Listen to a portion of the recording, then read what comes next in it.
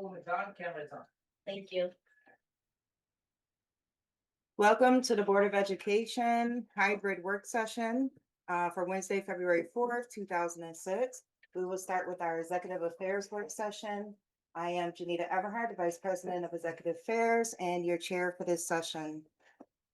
I'm going to gavel us in and then we'll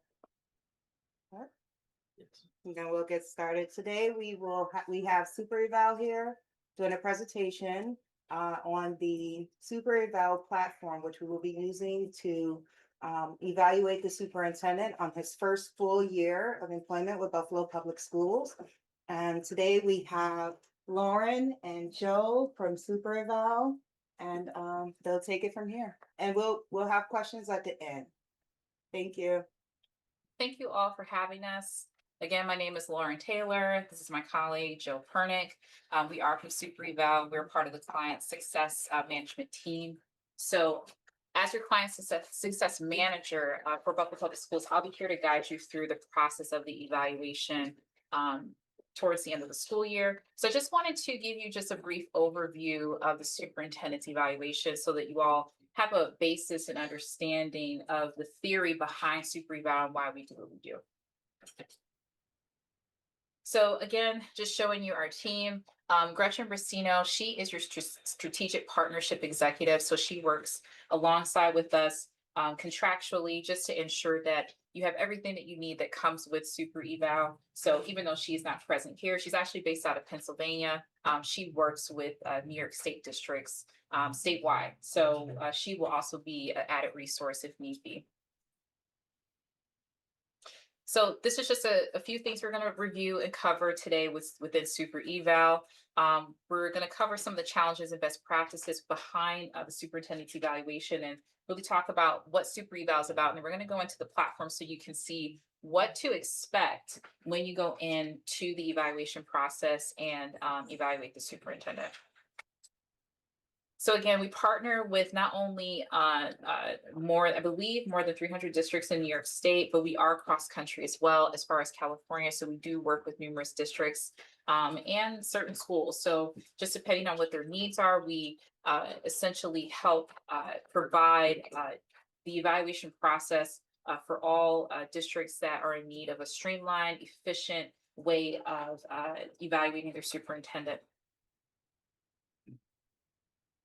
So the challenges that we've seen with evaluations over the years that really speaks to what Super Eval is about, where the evaluation process is always felt as if it's done unto me instead of done with me, seen as just a one-time event. So you wait, all year and you compile all of your comments and information, and it's just done one time. We see it as an ongoing process, a collaborative effort along with the superintendent, as well as we work with central staff and principals throughout the year as well. So it is really about a collaborative effort within the evaluation process that you're using for your district. We've also seen examples where observations are limited. So when you're going into the evaluation, maybe everyone hasn't seen all of the work that you've done throughout the year. The platform itself provides a superintendent opportunity to showcase some of the evidence and artifacts that he can align with the rubric that you use or whatever evaluation that you choose, so that he can show how essentially his effectiveness throughout the year. And then we've also seen examples where processes can be time consuming. Evaluations are pen and paper. We try to eliminate that part of the process where it doesn't have to be a ton of documents that you're looking for throughout the year to compile at the very end. We will show you how it looks all together in a much more streamlined way. So these are essentially the steps that we organize within the evaluation process for Super Eval. So the very first step, we'll talk about annual goals and competency selections within an evaluation. So we're going to show as board members what you'll be able to see as far as what Dr. Mubenga has entered into the system. The platform itself provides a level of transparency and again, creating that environment for collaboration so you can see his goals, you can ask questions, you can create that ongoing conversation throughout the year and not feel as if anything is being hidden from you or for him. Step two of the process is where the superintendent will go through his self-reflection throughout the year, which is essentially locked down for the board from review until he's done. And then you'll have an opportunity to take a look at his responses and then provide your evaluation. So what we're going to focus on today is step three, which is the board review and evaluation of the superintendent. So we're going to look at what it looks like from your point of view so that you know what to do moving forward when you log in. I'm not sure we can have that here. I apologize. Okay. So here's what it looks like from Dr. Evans Brown perspective. So she is the board president, but she also is able to see the dashboard page of the evaluation process. So if you take a look at the very middle here, these are all of the steps that I just showed in the previous slide.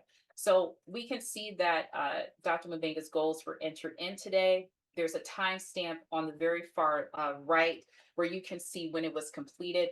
And then we have due dates here that will be established throughout the year so that you all know which areas will be completed.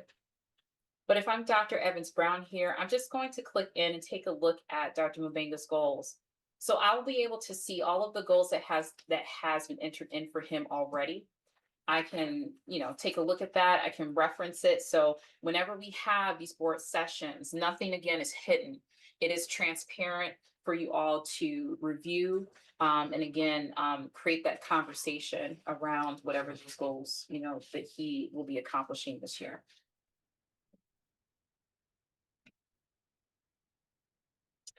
I apologize. I'm not typically a Mac user, so and my colleague has definitely went it over his Mac today because my PC is taking a sick day. So the next part in step one, you'll be able to review the competencies that are selected here.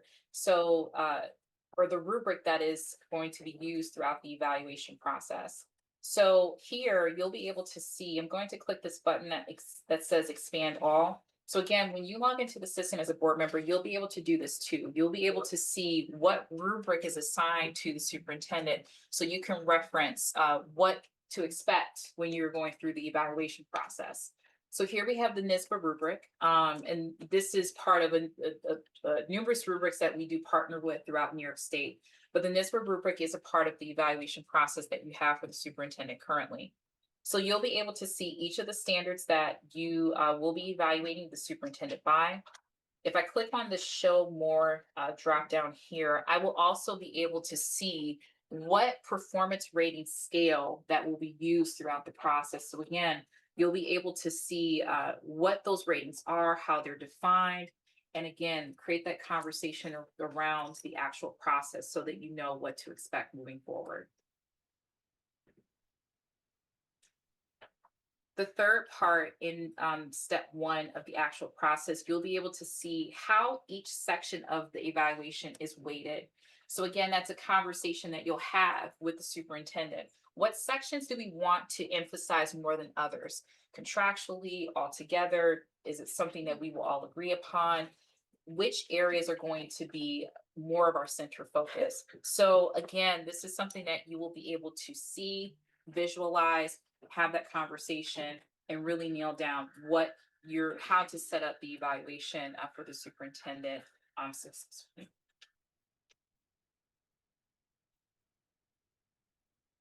So navigating back to the dashboard piece. So again, Dr. Evans Brown, there's nothing that I need to do at this time other than wait for Dr. Mubenga to essentially finalize step two, which I can see indicated here on this dashboard. So if I move over.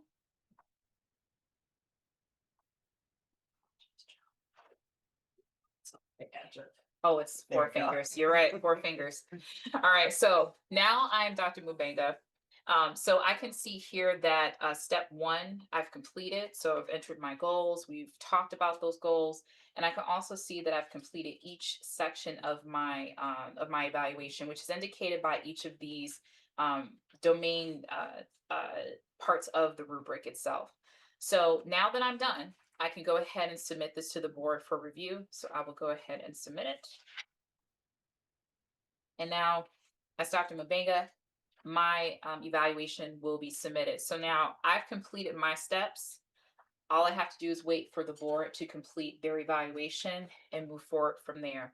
So everything else is done on his part. So now, as Dr. Evans Brown, I will refresh my page here.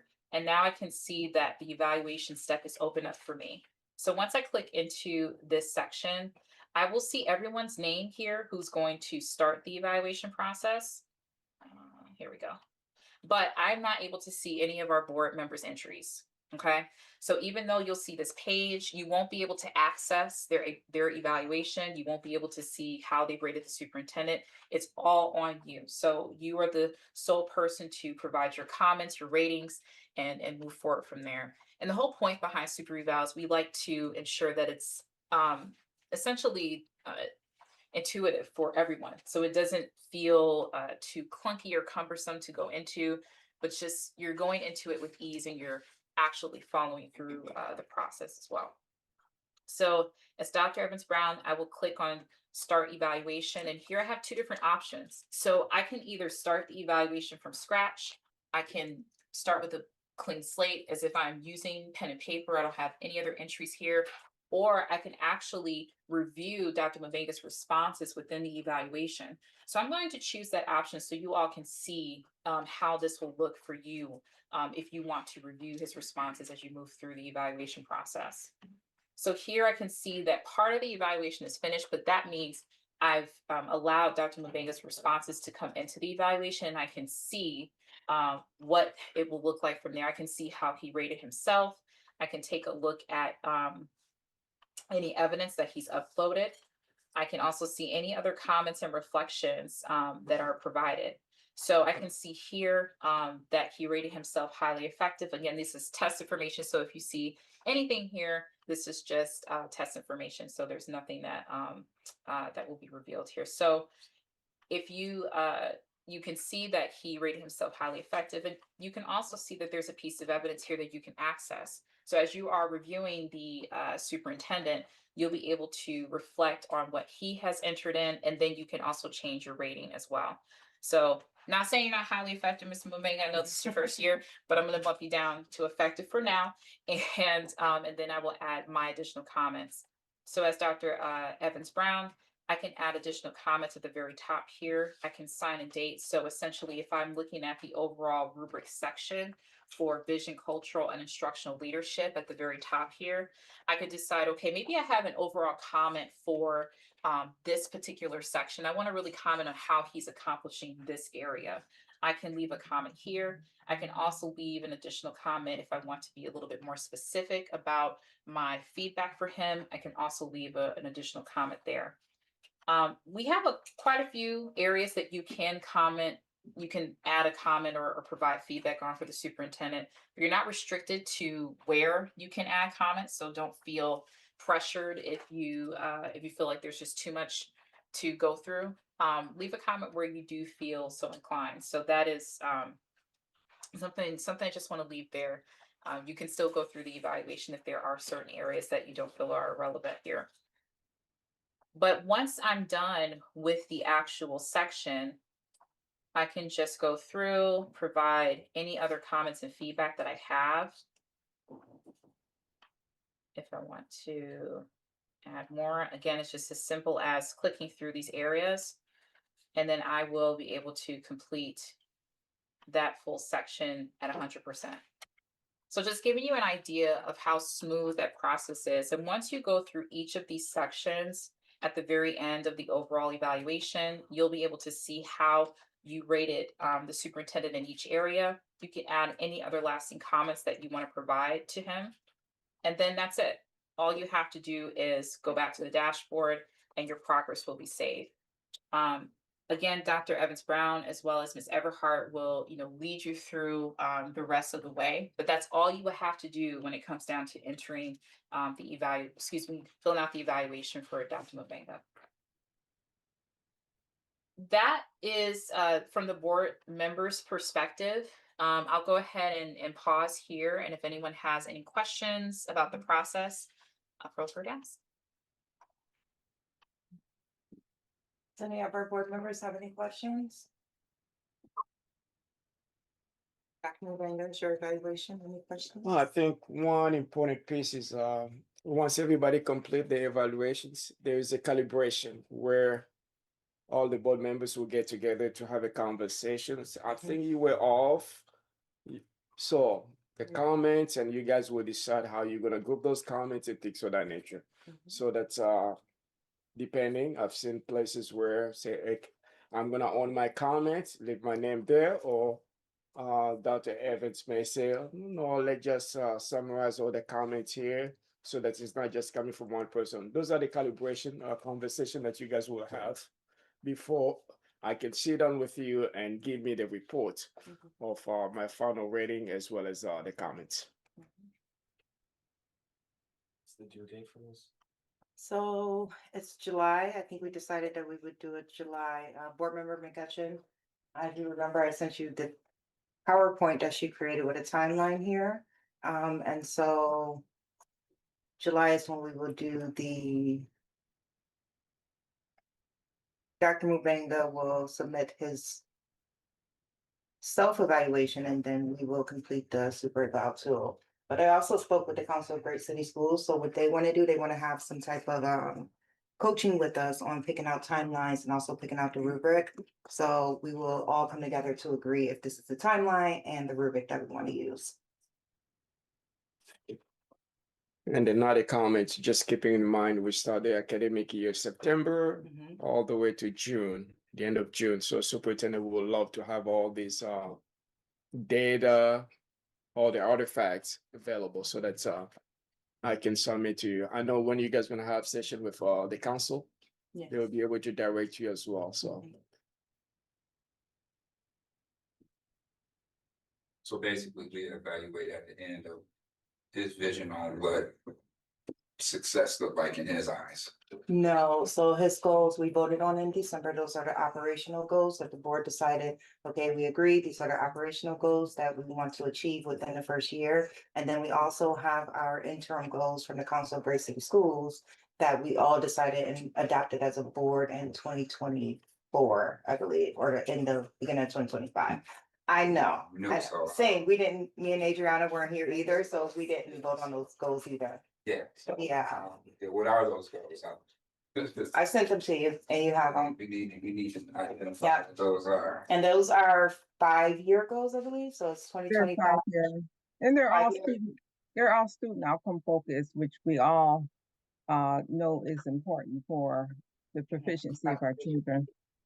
Yeah, and I just want to give props to Dr. Kathy Evans Brown, board member McCutcheon, and some other former board members who led the implementation team. So they went out to the community, they listened to the community. The community is the one who shaped these goals. It wasn't just the board. Any other questions?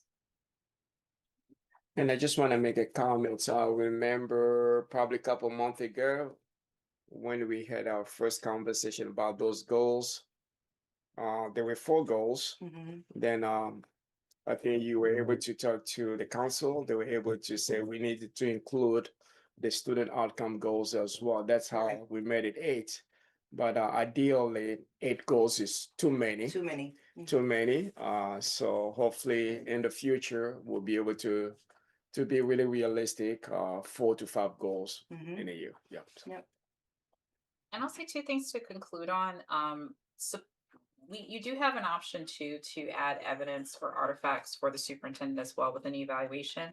I didn't touch on that, but I think it would be really important to see that when you are going through the evaluation, you do have an option to add supporting evidence for your rating for the superintendent. So if there is something that you do want to include in your feedback, you feel free to do that. So again, it is a transparent process. Nothing's hidden from anyone. It's essentially really, we're really about working together and coming together and making it effective for both you and the superintendent as well.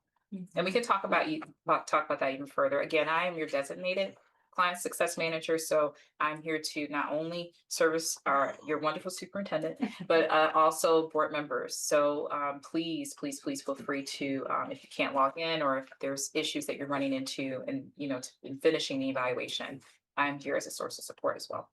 Excuse me, board member Everhart, I just have a quick question. So Yes.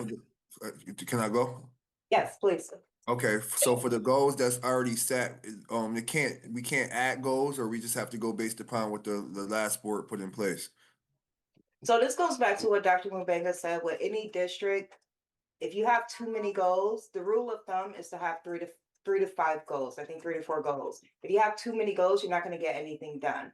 With Dr. Mbenga coming in, half year, he really needed to focus on operational. So when you saw Lauren talking about how the goals will be weighted, what we're going to do is we're going to weight those operational goals, because when Dr. Mbenga came in, he had to get everything organized. He had to get the lay of the land. He had to figure out his cabin. He had to figure out the operational side of things. And so it wasn't really the academics that he could really focus on. So what we're going to do is, or what we agreed to do, is to weigh the operational goals, those first 4 goals, at 70%, and then those academic goals that we have with the Council of Great City Schools, we're going to weigh those at 70%, at 30%.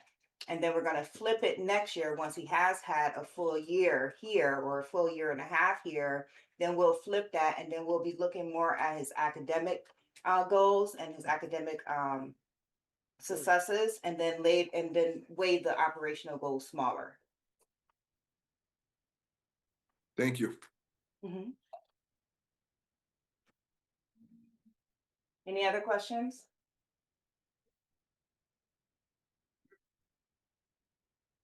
Thank you so much, Lauren. Thank you. And Lauren and Joe are going to come back in June to do another training, just to walk us through every single step. This is more like preliminary, so that way we see what the tool is, have Dr. Mbenga enter his goals, and you guys can kind of play around with it and be familiar with it. But in June, she'll come back, and then we'll walk through the entire tool. And you can always reach out to Lauren or Joe individually if you have any questions.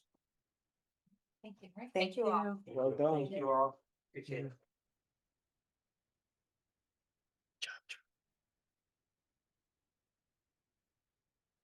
Moving along with the time, we're good.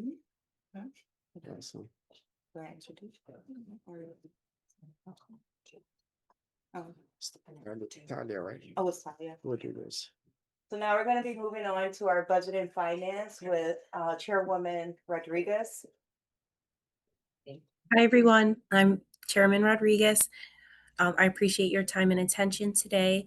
I'm going to transition to allow Chief Barnes to present his well thought out presentation about the district's financial status. Okay, thank you, Talia, and good evening, everyone. Okay, the slide is now up. I'm sorry, I'm getting myself orientated here. So tonight, Edmure, first slide, please.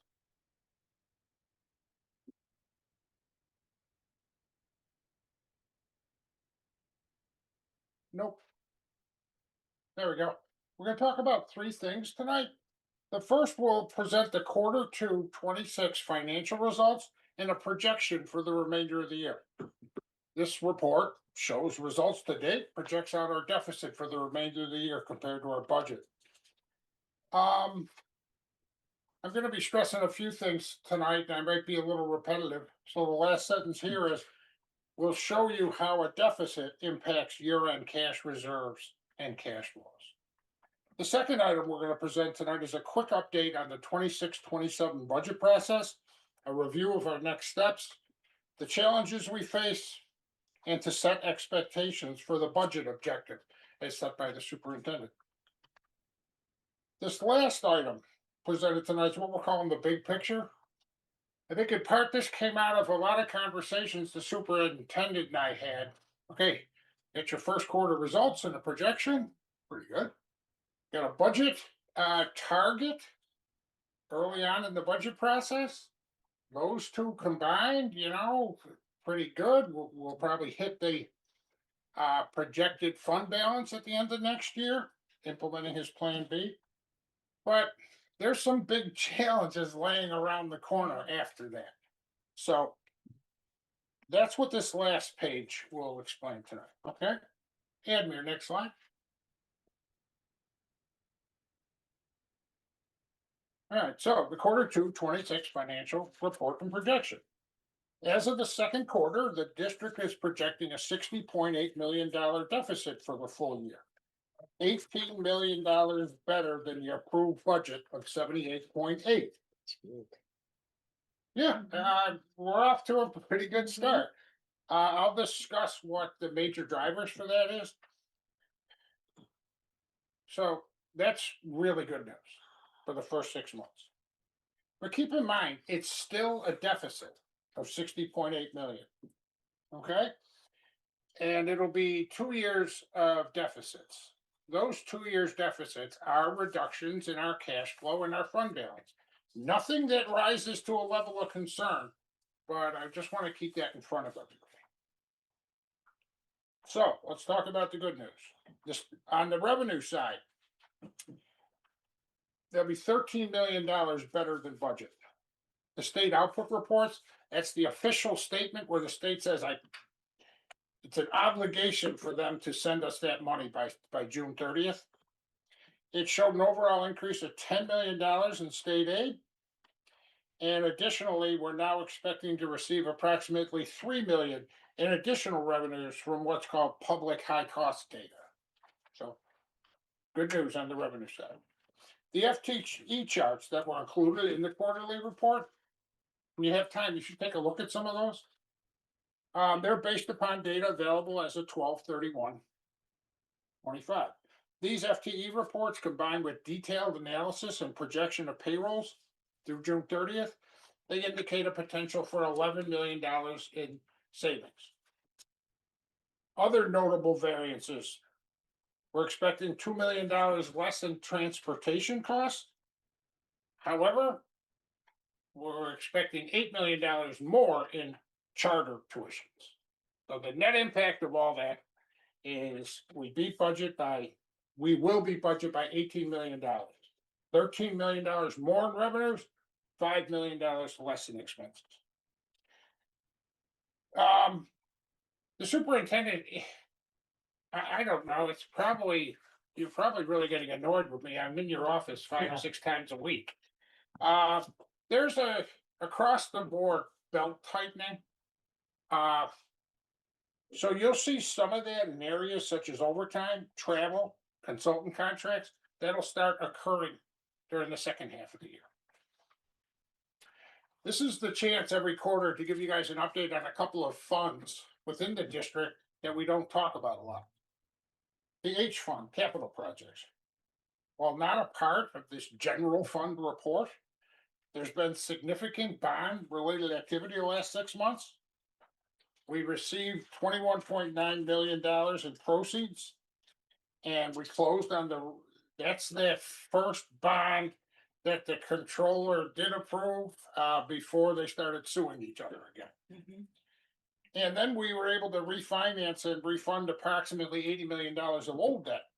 That transaction will provide us with $2.7 million in cash to be used for capital projects. Real quick on capital projects, I've had calls and conversations about desire for different projects. At some point, I'll be presenting to the board here. We're 2 years into what we call a formal capital planning process. The first year is $30 million, 26 projects are in progress. Some of those will start being completed very soon. Then the year 2 capital projects, there's another $50 million in projects. Those are being held up by the controller.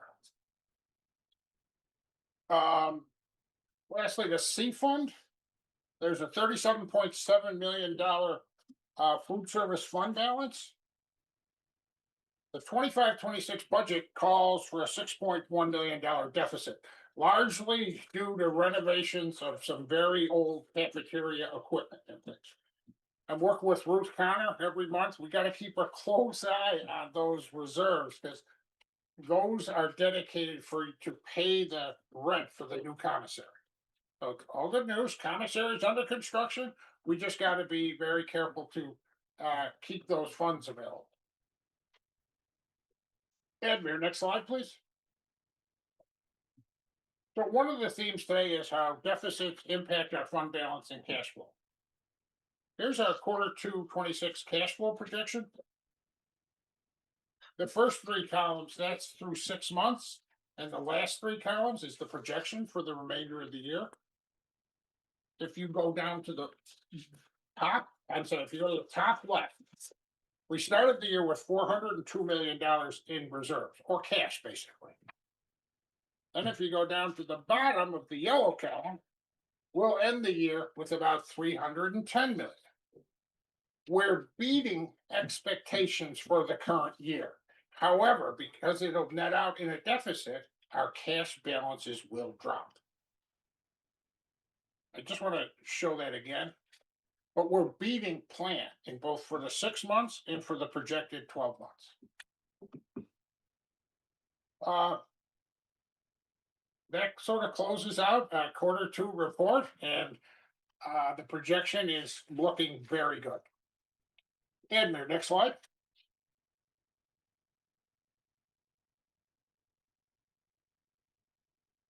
The second topic that we're talking about tonight, give you an update on the 26-27 budget process. I always show the calendar. This is for your guys' reference. This is every major step, and the process goes from January 15th, culminating in what's hoped for is a board-approved budget on May 20th. So you can just review that at your leisure. Admir, next slide, please. So where are we? Current status. The superintendent kickoff memo and budget packet went out January 23rd. The Munis level 2 template, it's all set for the entry of non-staff requests. The department entry and non-staff requests, this is part of, this typically represents about $200 million in expenses. This is one of the focus points of the superintendent's Plan B, which is becoming a huge umbrella. It's to drive down your consultant contracts, take a tighter look at overtime and travel next year. There's a big pot of money that falls into those lines. Training session started yesterday. There were 40 attendees. That's pretty good. Next week, we have our final training session, and I think there's another 20 people signed up. We train the people. A lot of them have been doing this 6-7 years in the departments, because good data in provides us with good data for the superintendent to evaluate. So the superintendent began work on Plan B a few weeks ago, way ahead of the kickoff memo. The full impact and scope for their plan just won't be finalized until the budget process is completed. I'm going to touch on that in a little bit. So the level 1 projected deficit is $85.8 million. Let me explain what that is and why that's an important starting point. The level 1 budget contains early projections and estimates of both revenues and expenditures. But revenues can't be finalized until the state budget is approved in April. That's got the governor's numbers in it. Expenditures can't be finalized until union negotiations are further along, the school-based budget process is completed, and departments have entered their non-staff requests. But you need a starting point. What the level 1 projection, it's a reliable estimate of the deficit if we take no action on our pressing financial concerns or trends. And that's what Plan B does. Addresses those things. Admir, next slide. Okay, so the next steps. Hopefully I explained like where we are. Here's the next steps. School-based budget books are distributed Friday. Department non-entry staff is due March 13th. School-based budget approval meetings will be finished March 30th. The superintendent is currently undergoing heavy lobbying efforts from our state delegation. for potential input into the final state budget. We don't know what that is until about April 7th. So we will produce the first set of full reports for the board in early April. Because that's the earliest we have hard data on our state aid revenues. What the departments have made requests for, and very, very importantly, what the school-based budget looks like. So we get all that data, we put it into Munis, and we start spitting out reports for the superintendent to review and the board. So current expectations for a final budget deficit. Numerous conversations with the superintendent, going through numerous different scenarios. He's come up with, he thinks he can get to a $60 million deficit. Now, could be 50. I had to throw that out for the, that's what the super's pushing for. Now, let me stress this. The current year's budget, approved budget, was $78.8 million deficit. This superintendent's goal at this point is a $60 million deficit. One, it's almost a $20 million decrease. And it's a $20 million decrease after factoring in $30 million in step longevity and contract increases, benefit cost increases, charter school increases. All those factors drove the budget cost up. Right now, we're shooting for a $60 million deficit. Why that number is important. It's not sustainable long term, but what it does do, the amount of money we picked up, that we'll pick up this year, the $18 million less in deficit, combined with a $60 million deficit next year, that's like 78, $60 million deficit this year, 60 million next year, 120 million in deficits. That'll drive our fund balance down to about 326 million. That's almost the exact amount that we stated to the control board that our fund balance will be at the end of next year. So his plan B conceptually is to not close schools, but take other factors to arrive at the same budget objective that we gave to the control board. How's that going to be obtained? Respectfully, no unbudgeted requests during the school-based budget process. School-based budget process will be complete. They will be signed off by principals of the SBMT teams. They approve them. Then they're reviewed by the superintendent. So he's got a lay of the land. What's happened every year in the past 5-6 years is there'll be 100 FTEs added back after the school-based budget books have been approved by the schools, by the principal. So we're trying to eliminate those additional expenses this year. We're going to be reducing the number of classrooms, taking the average class size from the current 19 to 21. There'll be a further close review of cutting positions from the general fund and grants. There'll be an update on that. I really think this is an exciting budget for me. It's the superintendent's first budget, but he's confronting a lot of legacy issues. I just talked about the 100 add backs to the school-based budget. The superintendent has consistently said he's going to reduce central office FTEs. That whole argument tends to just pollute the conversations, and no one's listening to each other. He's starting with cuts at the cabinet level. To date, he's cut 55 FTEs from central office. So that should sort of like end that discussion that it's all focused at the school level. It's not. Superintendent has directed finance and HR to meet weekly to review postings, vacancies, retirements, and to utilize those vacancies and retirements to offset layoffs to the extent possible. As I mentioned, the departments are entering their non-staff expenditures now. My team is echoing this before and during every meeting. Non-staff submissions should include reductions in consultant contracts, travel and labor. So. The objective is a 50 or $60 million deficit next year.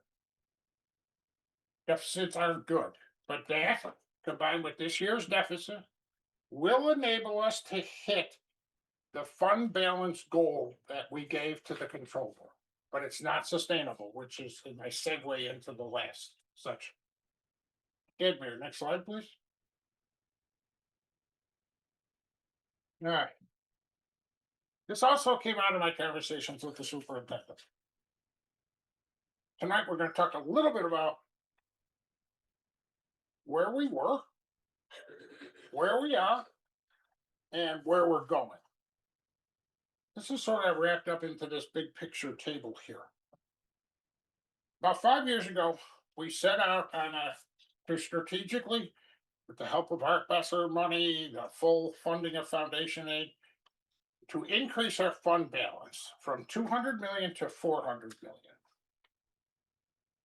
We did that at the same time communicating 5 years ago the need to right size the district.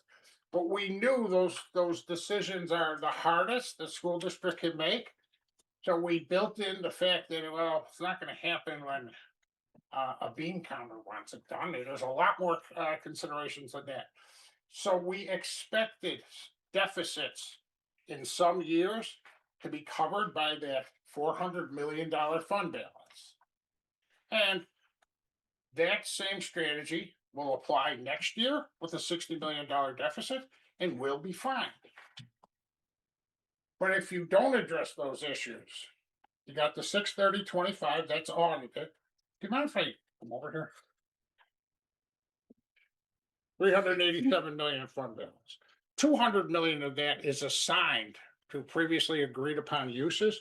So you have 187 million in free cash. Here's our 60.8 million projection for this year. That'll bring our fund balance down to 326 million. Still healthy. 200 million in assignments. You'll have 126 million in free cash. Still very healthy. Okay, 60 or 50, I put 65 in there, excuse me, for next year, right? Then you drop to 261 with 200 in assignments. You have free cash flow of 61 million. And you beat the mandated fund balance. So we'll be fine at the end of next year.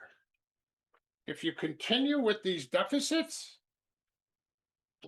now you're driving your total fund balance down to 196 million with 200 million in assignments. You'll have a negative unassigned fund balance.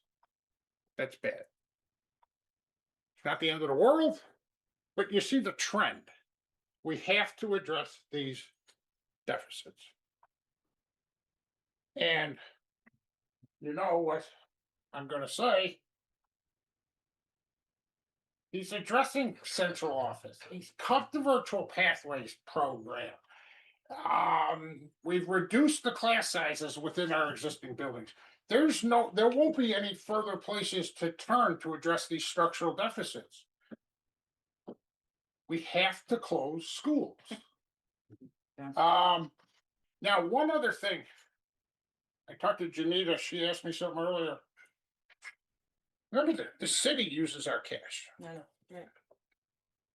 When we get down to here, they're not going to be able to use our cash. This has mammothly severe consequences to the city. That's not our problem, but they certainly shouldn't be an obstacle to anything we need to do with our buildings or anything. Like right now, they borrowed this month, I don't know, $70 million of our cash. That's not, we're not going to have it for them to borrow anymore. I just want to throw that out. it's gonna get more and more interrelated. So the overcapacity at the schools in terms of facility, staff, and maintenance cost is our largest financial risk. I'll throw a couple more out there why I say it's a risk. The longer we keep 60 buildings, I think it's happened twice this year to the superintendent. There's an emergency at one of these old buildings. You just can't be fixing 60 buildings all the time. If we reduce 2 or 4 schools, our transportation issue gets better. It's just overcapacity. And you know all the statistics. So we'll never balance our budget without school closings and a consolidation of facilities. The super put a pause on school closings, and I think wisely at this time. And it won't hurt us next year. But he's also instructed me to begin researching a school closing process for the 27-28 year. Interestingly, he had me call Rochester. They closed 11. They're closing another one next year. Yeah, they closed 11 and opened 4 though. Yeah, and they're closing another one next year. And he goes, yeah, that's tough. But prior to their closing, they were assigned, and the person's still there, a state assessor. All their decisions have to go through that person. It's like our control board. We're far from that, but we don't want to get to that point. That's all I'm saying. So to end it, the board needs to be united in this direction and effort if we're going to be successful. You know, it'll be a big team effort. So based upon the projections provided tonight, we don't have a lot of time left. If we start soon, we can tackle this issue in an organized, objective, and well-planned manner. Thank you. Thank you, Chief Barnes.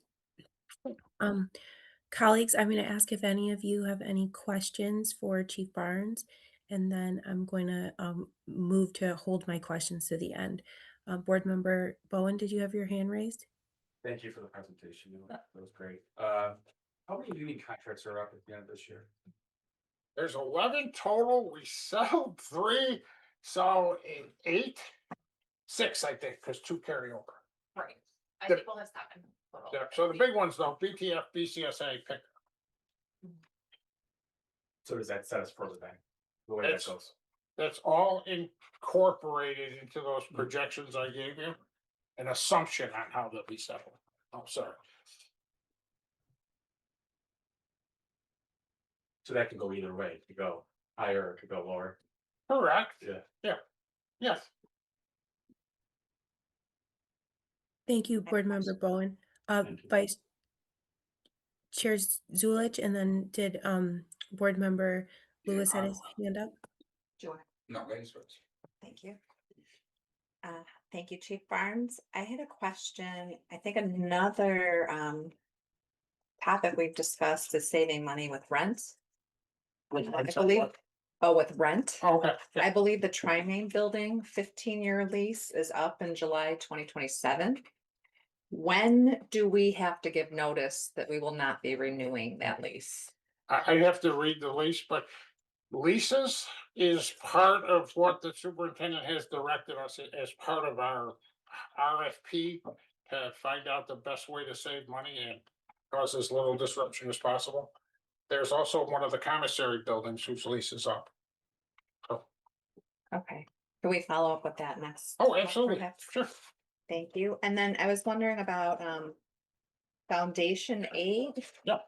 I feel like we might have gotten an email. I just can't recall. Can you talk to me a little bit about that? Or we got more this Yeah, year? Okay. yeah. 13 million, $10 million more in foundation. And I'd give some kudos to the revenue team. They scrubbed the ELL data.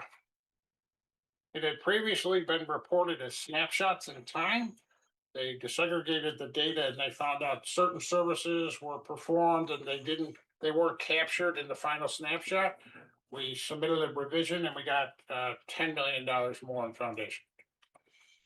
And then in regards to saving money with busing, if we close buildings, I don't know if everyone does know some of the stats. I believe it's 84% of our students are bused. Yeah. I just want to throw that out there. Well, I We just knew mean the like an efficiency of explosive the coming. operators making two less stop, you know, all that. Yeah. Yeah. Thank you. Thank you so much. Sure. Thank you. Board member Happens. Hawkins, and then President Evans Brown has her hand raised, and then Board Member Scott, if it's okay, I would call on you third right now in terms of the sequence of questions. Chief Burns, have we dealt with have we depended on the comptroller every year for funds, or how does that We- work? Up until 2 years ago, we hadn't borrowed in 15 years. So but the technicalities of the city charter, we're a component part of the city. We don't have bonding authority. We have to work through the city. And the controller, as part of the charter process, has to approve that, although that's what they're in court about. But it seems like we're trying to force the controller to bail us out. Why did we get in that position where we had to ask the controller to do it? Oh, well, I'm sorry, but I think, I want to be real clear on this. We're not asking her for anything. We're asking her to do her job. And that's true, and I don't mean to sound harsh or insulting. Yeah, so Jim, if you can just explain how Sure. the bonds go through the comptroller Yeah. to come to us. Sure, as part of the city charter, we submit our capital requests for projects to the city of Buffalo. The Common Council, first of all, the Citizens Planning Council approves them or rejects them, so we go through that. Then the Common Council approves or rejects them, and the mayor. They're approved by the Common Council. That is the city of Buffalo's approved capital budget. Funding for capital plans can entail tens of millions of dollars. The most effective, tried and true, proven method for financing those, instead of using your cash on hand, you go sell a bond. Then these projects are approved by a bond council who says everything's right. Your mayor, your county council, the citizens plan approve them. The controller is just supposed to sign off on those. And she's refused to. So And that's the city, yeah, go ahead. So in the charter, we get 70 million from the city. And so that money is kind of distributed to us through bonds. Is that every year? You said No, this is, and I'm sorry, Janita, those are two different revenue sources. Okay. $70 million is our portion of the real estate taxes that they pay us every year. You're talking about bonds. The controller is just supposed to sign off on the mayor's and common council's approved budget. I get that, but you said for 15 years, we haven't had to rely on that. Why are we relying? Why, but out of 15 years, it was consistent flow of us not even have to ask them for anything. Right. Now we have to ask them for something. So obviously there's something that's inconsistent within our infrastructure where we have to Yeah. ask them Sure. for the $70 million. We're talking about two different things here. Yeah, we're talking about. Yeah. I'm sorry, I Yeah, introduced yeah, it. yeah, yeah. We never, 15 years, we never have to bother them about anything. So Right. why are we dependent on them now? because this is just 2 years ago did we start doing capital projects. There was nothing being done at the schools. So capital projects is what got us into this point of us being in the red, and we got. other No. increases. No, what got us into the red, The contract, yeah, be transparent. I mean, what got us into the red was not closing schools when the enrollment dropped, the BTF contract, and a mammoth increase in charter tuitions and benefit expenditures. Capital projects have nothing to do with this. They're accounted for and funded separately. So the BTF contract, so is that like, so that's part of the reason why we're in this predicament. Correct. But sure. Well, I do actually, it's not in pertaining to that, it's something that you put in your requisition deadlines. Yep. You sent to us, you stated 3 things about the general fund and grants ended that we need to seek approval for, but then again, it says exceptions will be approved at the discretion of purchasing the CFO and the assistant superintendent of budget grants. Right. As appropriate. Why do y'all get to approve any exceptions and not the board or the superintendent? It doesn't rise to the level of the superintendent or the board.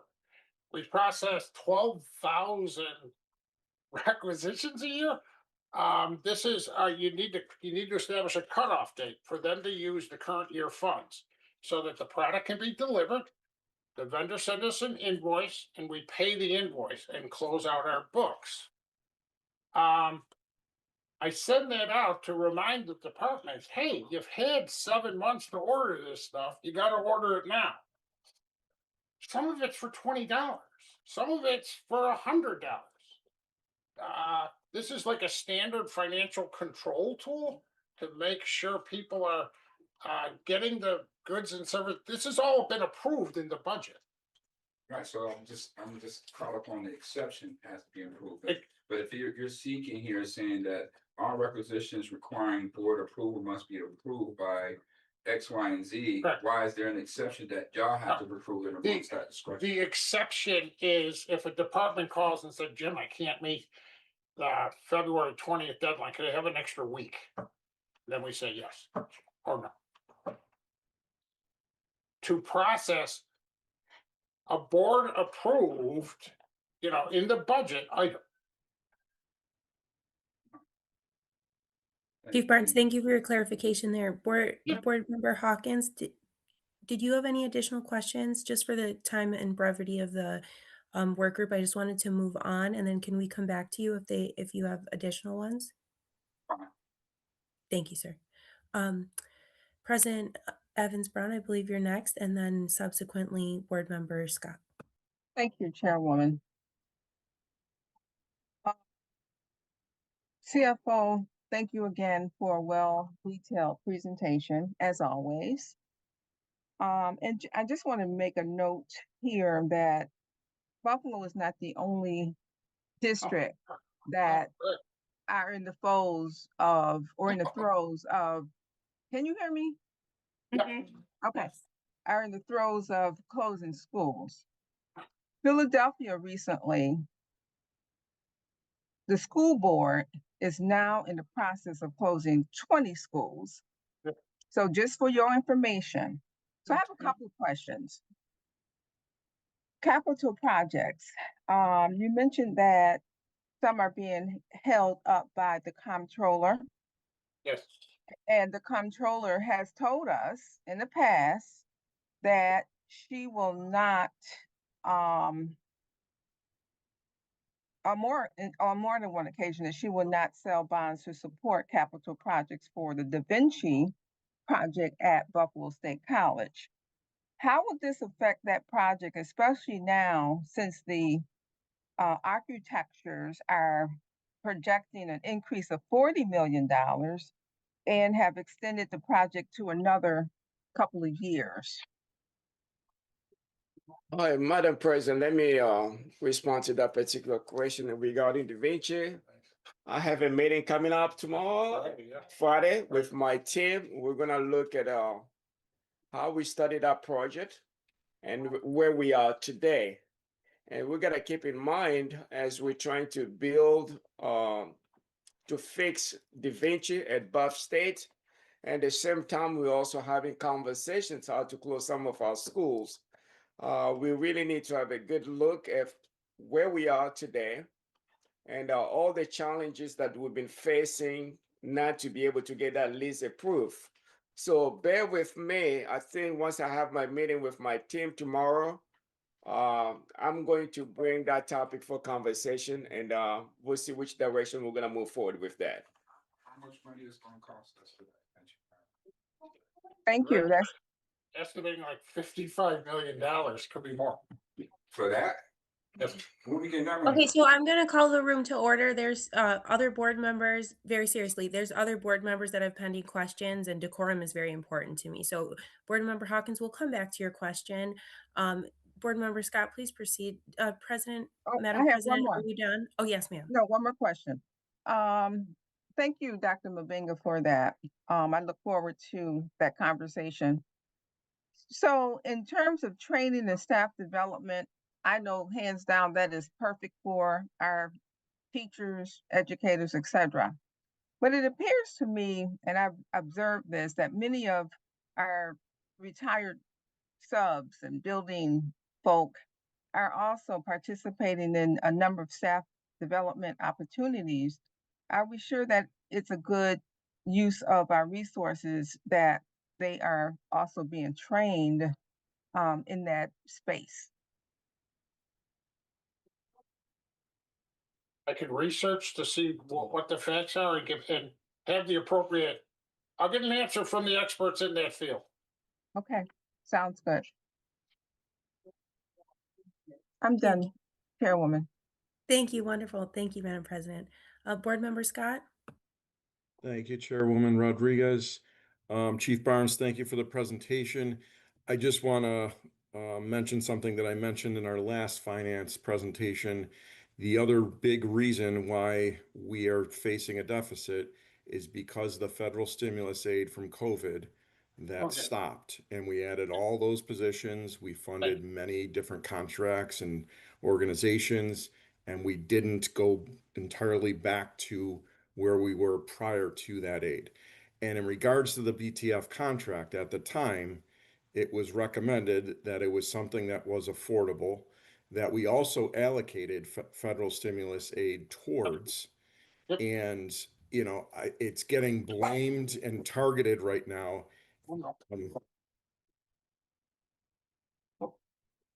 Stop.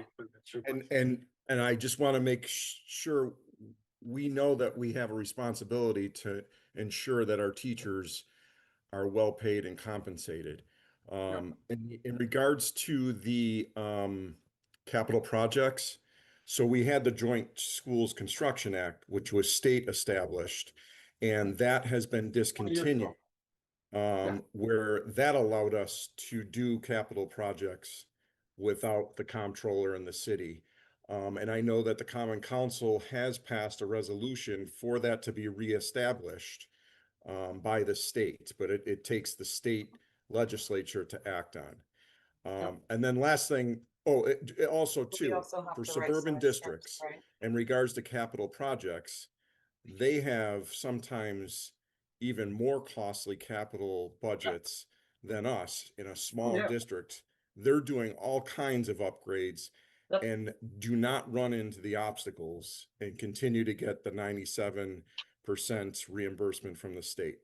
But okay, now my question, and then I'm done. The 55 positions that have been eliminated in central office, Yep. I'm not expecting you to provide those right now, but if we could get an email at some point on what those positions are that are being eliminated. Yep. Thank you, Thank you, Board Chief Member Barnes. Scott. Thank you, Chairwoman Rodriguez. Larry, I'd like to provide feedback on two of your comments. You're absolutely correct. I left out the reasons where it got in this spot is the 152 ARP funded positions we put in the general fund. You're absolutely correct. Sorry about that oversight. Second, regarding the BTF contract, there is nothing personal, judgmental, or anything about it. And it was represented as being affordable at that time because it was based on cutting 176 positions in exchange for the increases. And yes, the back pay and bonus amounts were paid out of our BESSER. I'm talking about the impact of the 8644 over the last 3 years. It increased our operating expenses. No judgments, no, by like $35 million a year. I'm just trying to be factual, or as the superintendent said, transparent. Thank you, Chief Barnes. And I in no way was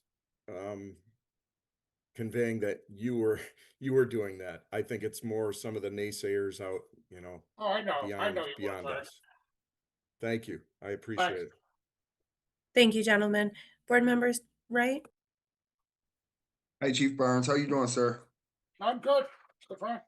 I just got a question because I talked to a lot of people behind the scenes and some people in the cabinet and in the community, and a lot of people told me that some of this stuff that put us in the deficit wasn't under your watch.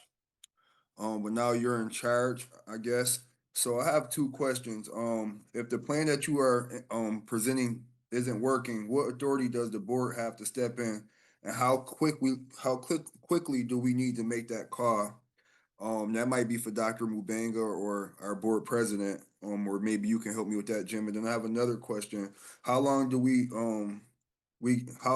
give this plan to work before the board needs to consider outside oversight or a different fiscal approach? Anybody can answer it, whoever you think should answer it. Well, to your first comment, no, I've been here. This was all dumped down the superintendent. I've been here, know the reasons why and how we got here. As far as the other things, Stefan, that's like a legal issue, but there's never a reason. We know what could happen. We're doing good this year, better than planned. We got a ballpark of a plan next year. We'll be financially sound at the end of the year. It's that third year. We got plenty of time to put a plan together to avoid it. But if we don't do it, it's the control board would step in at some point, and I don't know when. Okay, I have another question, and I don't want to sound harsh with this question because it's not my goal. It's not my goal to get you in trouble or anything like that. But I just want to ask a realistic question. I mean, with you being the COO, do you face any consequences? And Superintendent Mubanga, you can answer this. Does the COO of our district face any consequences if he cannot get us out of this $50 to $60 million deficit? All right, thank you for that question. Regarding oversight, we gotta keep in mind that we have a control board that's looking to our books as well. And then we also have external auditors that they also come and check our books on a regular basis. Before this new board that came on board, we have an internal auditor as well that you guys can use and direct the way you want that to be fit, so that person will give you the data that you need. So we're in this position. My job is to make sure that we get to a better place. I was in Albany last week. I think we are in much better position than the other 4 big districts in the state. Our obligation here is pretty much to make sure that our students get sound basic education. All the changes that we can do, we don't need to be very brutal by cutting all the positions. Yes, my predecessor was able to cut 250 positions. We had about 150 left. We still have some mental needs that came up during COVID that we're still dealing with. So we have to go very methodical. We're not in a crisis. We have a 4-year projection, and we have a good fund balance that can address some of those. But what CFO is trying to do here, not to alarm us, but to be cautious where we're heading. So if we can get to a $20 or $30 million deficit in 4 years, that's what was projected. It would be nice to have a 0 deficit. But there are a lot of tough decisions that we have to make. As we're making those tough decisions, we don't need to penalize student learning.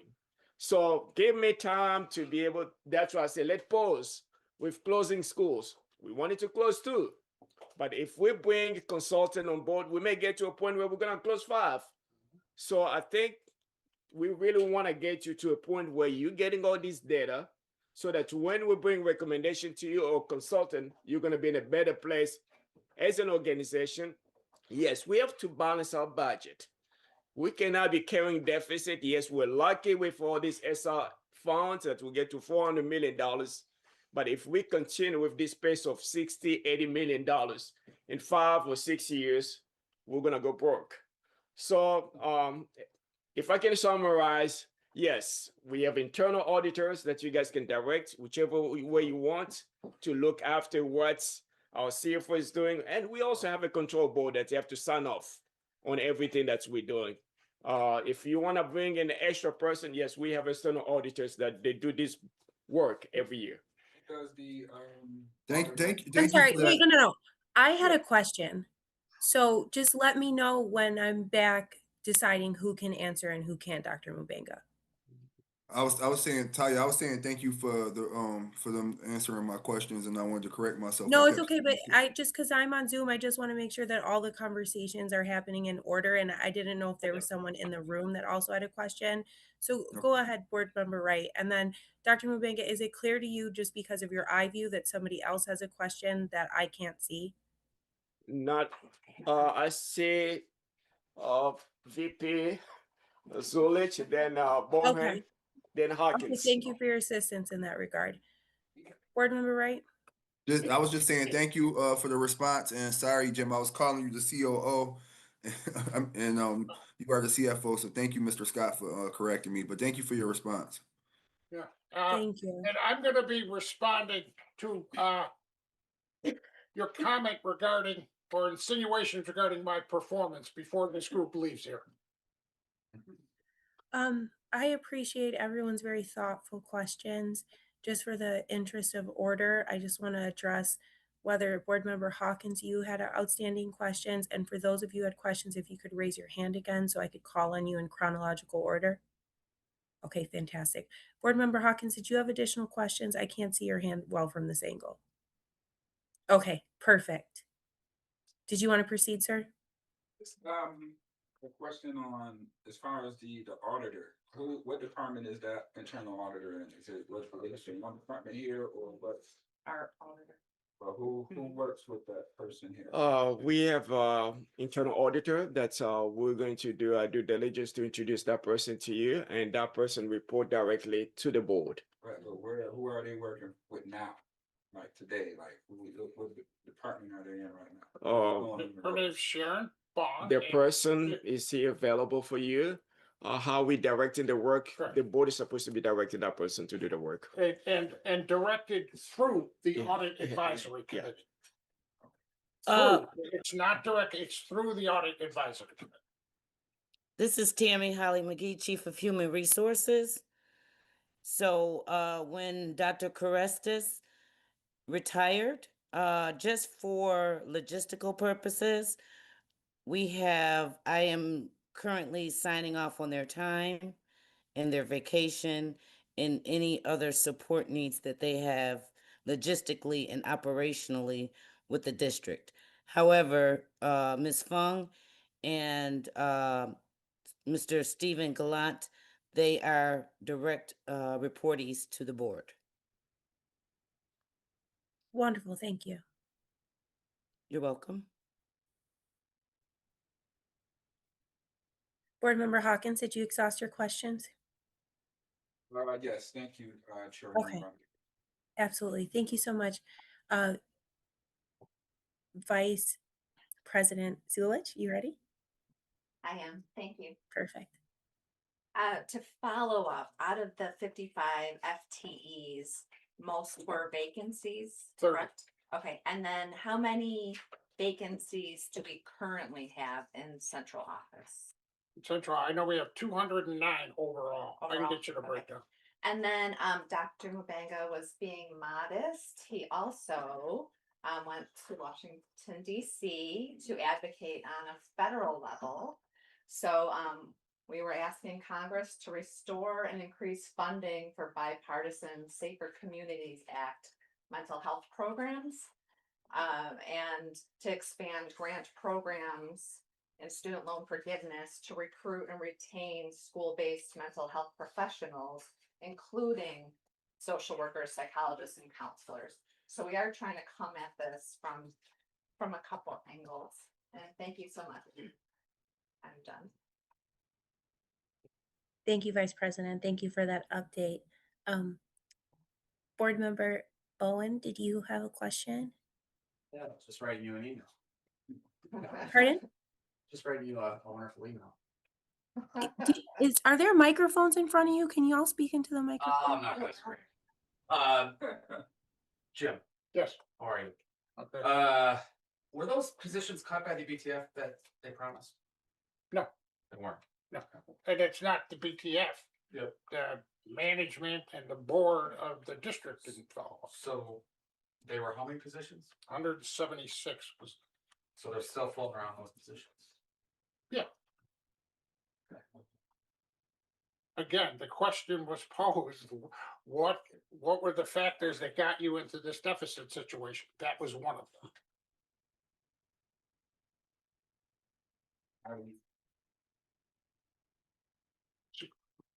What's you for a second? Were these teaching positions? Yeah, BTF, or they could have been TOSAs. It was just 176 union members.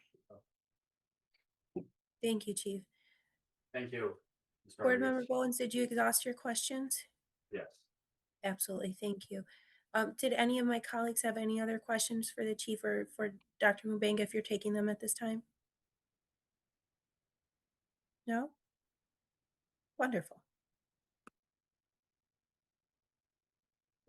Should we move to close? All right, let me just quickly add something to what Chief Bond said. Board Member Scott, I know you're asking the list of the position that's going to be cut. Give us probably as we're going through the school budget process, we're pretty much looking forward to share that list sometime around March, and we'll have conversation with those employees that's going to be impacted. So it's going to be around March that we'll have that final list of those positions. Thank you, sir. Thank you. I want to thank everybody for their time and attention, and look to Vice President Janita for a reminder about how to move to close the meeting. So just gonna introduce Chairman Hawkins for Educational Support Committee. Sorry about that. I went out of order. It is Vice President Zulich for her academic achievement chair committee. Thank you. Thank you so much. So for our student achievement portion of this evening, we will have our chief academic officer, Ann Botticelli, and she's presenting on advanced coursework initiatives. Bear with me.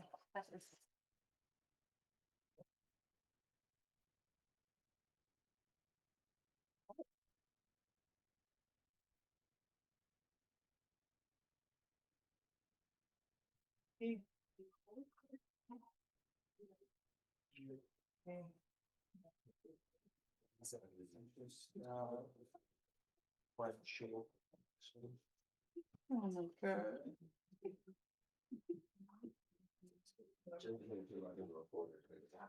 No, but you can just set up a meeting so you can get all those questions answered.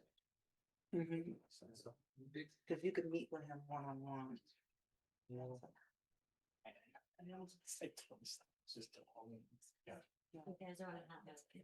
And the thing is, our budget goes through the city, we have 1.2 billion.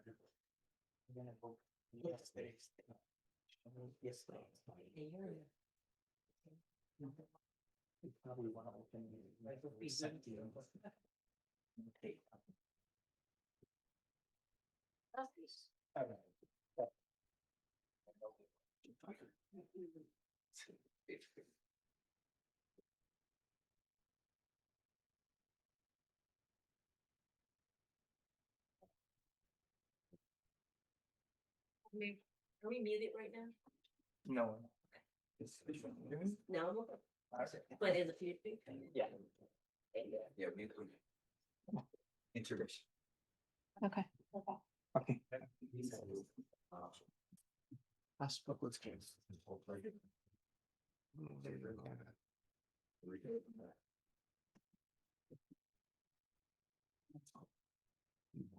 Me, they can call anytime, but you have to tell them to wait. Yeah. What was it? I thought it was this.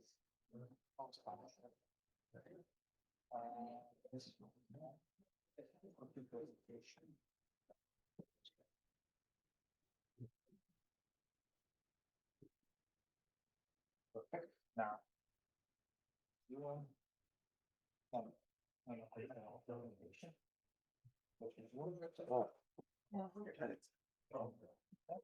Share.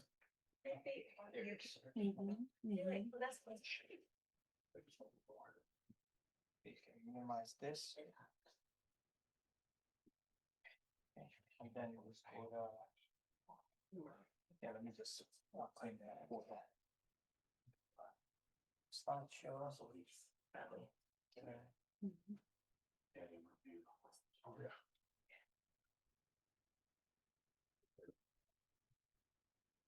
That's it. All right, yes. Thank you. Yeah. Apologies, it takes a little bit of extra help to get me going, I guess. I'm gonna be going onto our website, which is why I'm actually showing this through the Zoom link. So you'll be able to see the PowerPoint and I'll toggle between that and the website. So I'm actually really excited to be able to talk about our advanced coursework initiative. And kudos to Vice President Zulich because she worked with me to give you guys information to sort of give you the context for the presentations coming at the next board meeting.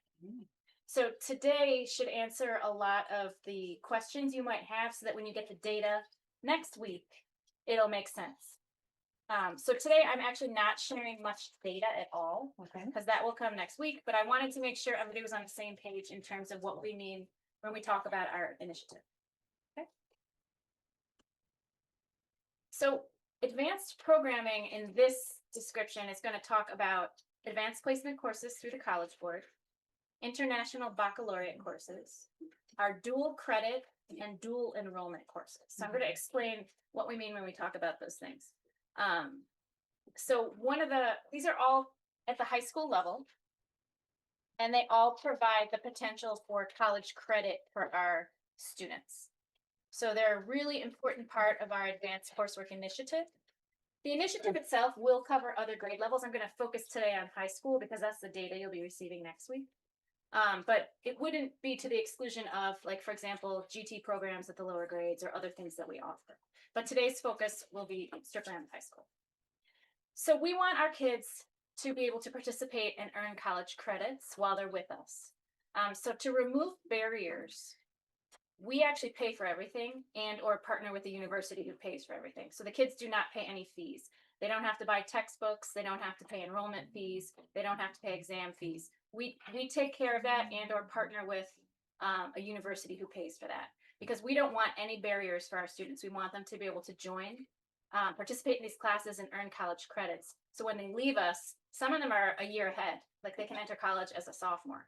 So it's really important that there's no barriers in that process. So I'm just going to briefly touch on our course catalog, which is where any parent could go to get information about the courses we offer.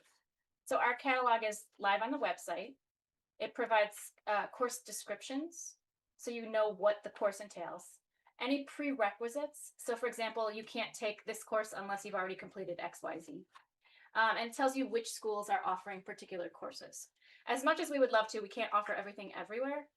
But we do have an initiative that we ask each high school, sort of the more traditional high schools. I'm going to exclude School 84, School 131. They might not offer some of these courses. But our traditional schools, we ask that they offer a minimum of 5 of these courses. So it could be a combination of AP, IB, dual credit, or dual enrollment. But that is our charge at the high school level. We want our kids to have opportunities. So I'm briefly going to take you in to the course catalog so you can just see what I'm talking about. So it's linked through the curriculum assessment and instruction web pages. And the catalog spells out every course that we offer in the district. So you can find our grading scale if you are curious as a parent, the grade reporting timeline if you want to know when you're going to get the student's report card or when teachers close those grades, various graduation requirements, information from the Division of Special Education and Multilingual Education.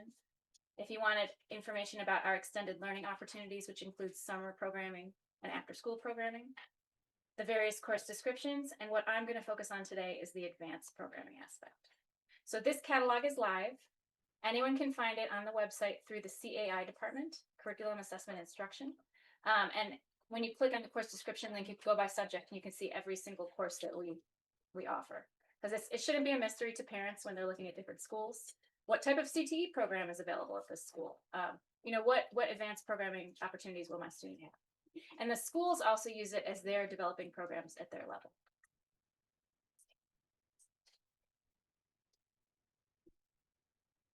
So I'm going to start with advanced placement. Advanced placement courses are very rigorous college level courses, but they're taught by our instructors. So our teachers, in partnership with the College Board, submit a syllabus for approval. If the College Board approves it, we are allowed to offer that college advanced placement course. You said that with live. Do they need a password to get in, or they No, anybody it's on just our go right website. in there? Okay. Mhm. So if you went to our website and hit departments, and then under C, it's curriculum assessment instructor. Thank you. So each advanced placement course culminates in either an exam or some type of portfolio assessment. So for example, some of the art courses, the students actually create projects that they submit for grading by the College Board. So instead of taking an exam, they draw or they sculpt. Students who successfully earn a 3, 4, or 5 on the AP exam or portfolio are eligible for college credit. Each university determines what score they will accept. Some colleges will take a 3, 4, or 5. Some say, we only take 5. It just depends on the particular university. But when the student goes to the college, they'll find out exactly what can be accepted or not accepted. And it is determined by that score out of 5. In 25-26, we have 28 AP courses offered in the district. I spoke to the fact that teachers have to submit a syllabus, and they also participate in multiple days of training to become an AP teacher. So we partner with the College Board. They have various trainers across the state, and we will ask them to come in and train our teachers. Over the past few years, we have also started offering pre-AP courses in English. So there's sort of like if you want to say like a stepping stone toward a true AP course. You don't get college credit for those classes, but they are increasing students' preparedness to take AP classes. So that's been a push over the past couple of years. We have pre-AP English 1 and pre-AP English 2. So I'm just going to take you into the website for a sec. And you can see a list of our courses. Oh, I'm sorry. This page actually lists out the different types of programs. This is our list of advanced placement courses in the district. So we have a number of art and music classes, CTE programming, English, social studies, and AP African American Studies is new. We piloted it with permission from the College Board a couple years ago, and we've been allowed to expand it. So now we have it at 4 schools. There's a number of mathematics courses, science courses, and we offer AP Spanish. If someone talks to you about a replacement course, what they mean is instead of taking English 1, I took pre-AP English 1. Or instead of taking English 3, which is a traditional Regents course, I took AP English Language and Composition. So that AP course is aligned to what we usually offer for English 3. And the students still take the Regents exam, but on top of that, they take the AP exam. So they could potentially get those credits. And then that particular course is focused on rhetoric. So it's a lot of informational text and responding and analyzing. Versus AP English Lit, which is more the kind of course you want to take if you're going to become an English teacher or you want to be an English professor. So the replacement course means instead of taking the traditional Regents aligned course, the student was able to substitute an AP course. So more advanced. Okay. Any questions on AP? The African American Studies curriculum, where does it come from? So we actually have 2 versions of it. The first is we have an AP course, an African American Studies course we've written, no college credit associated. Then we have one that we use for dual credit where you can work with a partner college. Then we have the AP course. So there's actually a number of flavors of the course. The one with the colleges is more focused on literature. Okay. The AP course is a broader range. Okay. It's very new. It was piloted a couple years ago. Okay. And does that have anything to do with the CRI curriculum? No, No? it's actually separate. Okay. It's a College Board course. Okay. So I'd like to talk a little bit about IB. I think people have probably heard of International Baccalaureate. We offer it at 2 schools. School 99, which has the elementary program, and then the middle years and secondary programs are at City Honors. So the IB program is a very rigorous 2-year comprehensive curriculum. So students actually take courses starting their junior year and following their senior year if they're part of the is the upper level program. Each IB course culminates in an assessment that's aligned to the course. They take, sometimes it's an oral assessment, sometimes it's a paper they write, sometimes it's a test, it kind of varies. And some of them have all of those things. So depending on the course. They always have a minimum of 2 culminating assessments. So currently we offer 6 2-year IB courses. They take them junior and senior year, and then 4 1-year IB courses. All students at City Honors take some IB, but they have to elect to complete a full diploma program. So that would entail the basic courses plus theory of knowledge, writing an extended essay, participating in creativity, activity, and service experiences. Those are the core of the diploma program. So every student at City Honors will take some IB classes. Some students choose to take the full diploma program. If you earn between a 4 and a 7, so 4, 5, 6, or 7 in a course, you could be eligible for college credit. Every institution of higher learning decides what they will accept. In order to teach an IB course, teachers have to participate in recognized IB training.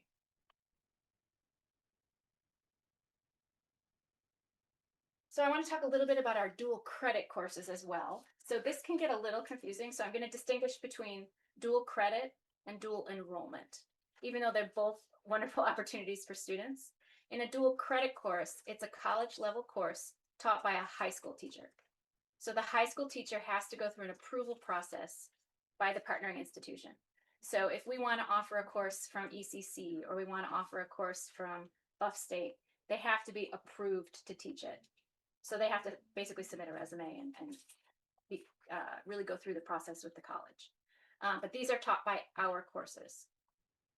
If a student successfully completes a dual credit course, they can earn both high school and college credit. That's why it's a dual. So they're getting a high school credit from us, and then the university is also giving them the college credits. It could be 3 up to 5. So it's a simultaneous process for the students. Again, we pay for everything and or the college does. For example, ECC pays for a number of these courses for free for our students. So it just depends on the particular institution. But our kids are walking away with high school and college credit, which is why for the most part, they start junior year. So you can be a junior earning college credit. So we have a number of partners, Niagara, Hilbert, SUNY Erie, Buffalo State, Alfred, Villa, Arizona, and Bryant and Stratton. And in this current year, we're offering 93 different dual credit courses. So there's 93 different courses students can take that will earn them both a high school and college credit. So I'm just going to take you to the website quickly, and you can take a look.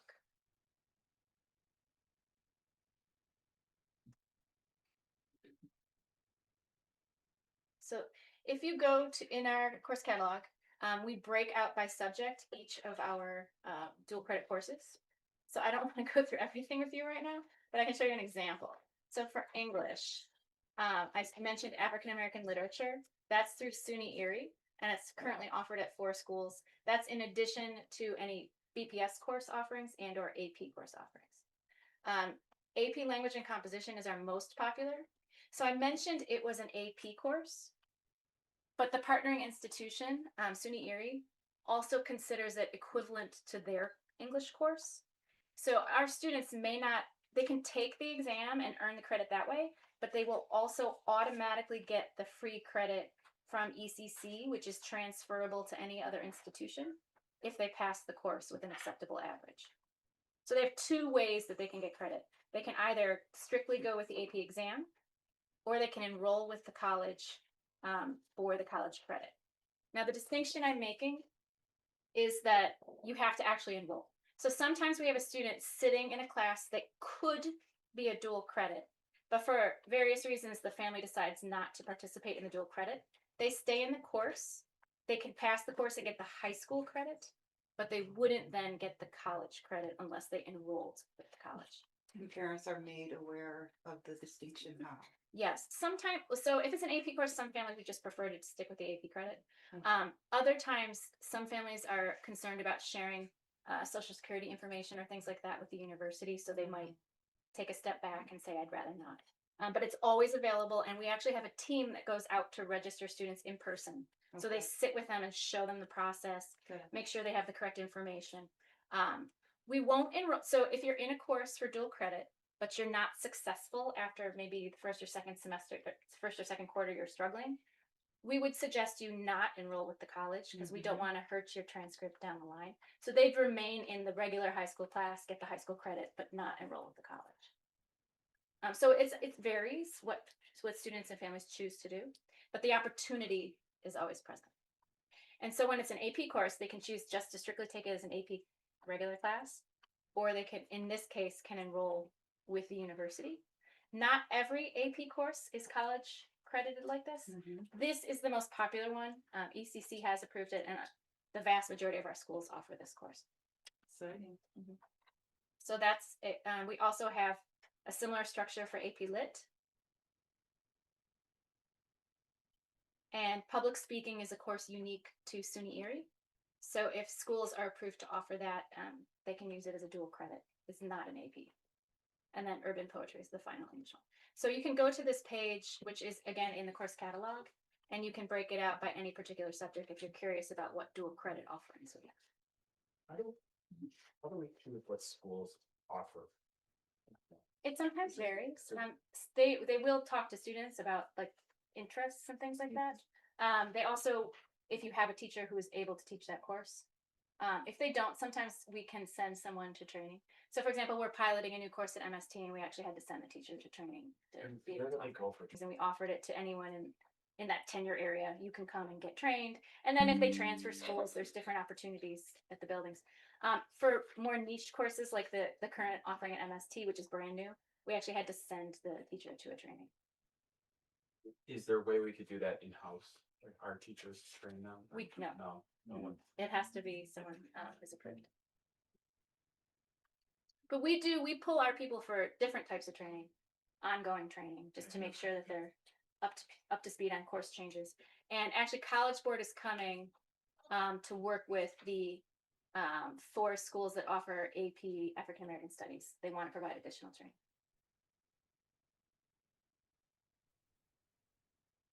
I don't know if anyone can see my hand. I just have it raised, and whenever is the appropriate time to ask my question, I'm happy to. Okay, now, Okay, fantastic. I didn't notice it. Yeah. No, if it's about okay.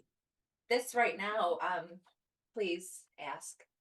Okay, fantastic. So I took AP British Literature and a variety of other APs, and I'm very happy with your presentation, Chief. What I'm wondering is if there's a way to, I guess the term would be disaggregate the data so I can see if my kids who are taking AP are actually making it to college. Because a funny story I have in my family is I got a 5 on the AP American History exam, but I had no idea what that meant or if it what consequence it had for my college admission. So I'm just wondering if there's a way that we can look at whether their college admissions are increased within the high, I guess we would say high performing course areas. I think I can work with OSA. I think we track enrollment. They've probably never looked at it that way. And I don't want to promise, but I can definitely talk Dr. Prophet Bullock and see what they're able to put together for us. Thank you so much. I really appreciate it. Thank you for allowing me to ask a question. So I also mentioned dual enrollment. So that was dual credit. It's taught by a high school teacher who's approved by the university to teach the course. We also distinguish by calling other things dual enrollment. And this is where it might get a little confusing. So a dual enrollment class is taught by the college professor.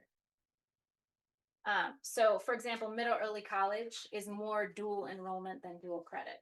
So like when they participate, their students will typically go to the university for the course.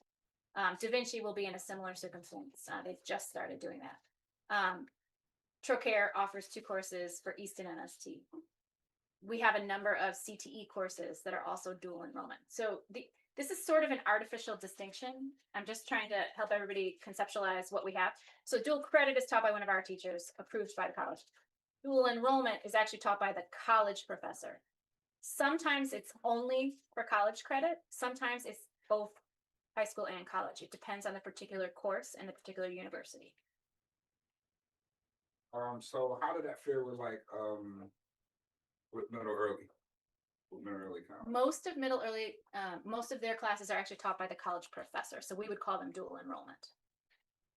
But they're for college credit. Sometimes, again, it's a little confusing. Sometimes the course could provide high school and college credit. Other times it's strictly college credit. They start the junior year on campus. They have opportunities to go to campus a little bit earlier than that, but I think most of the coursework officially starts. So again, we have a number of CTE programs that are also what we would call dual enrollment.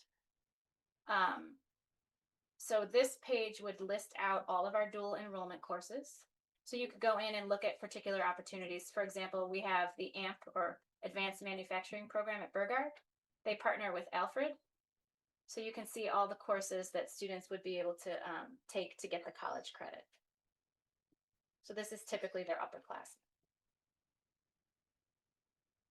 Great.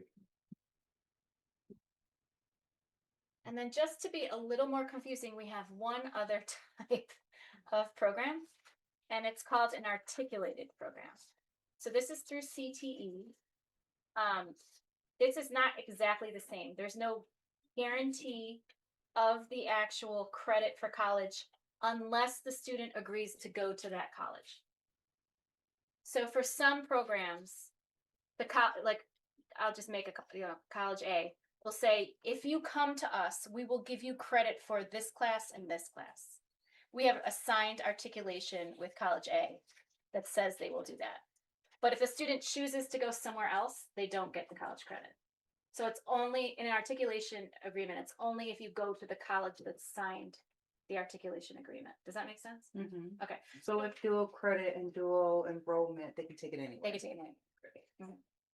Yeah, so if you got SUNY Erie, if they gave you credit for your AP English class, you could transfer that to whatever university you choose to go to if it's not SUNY.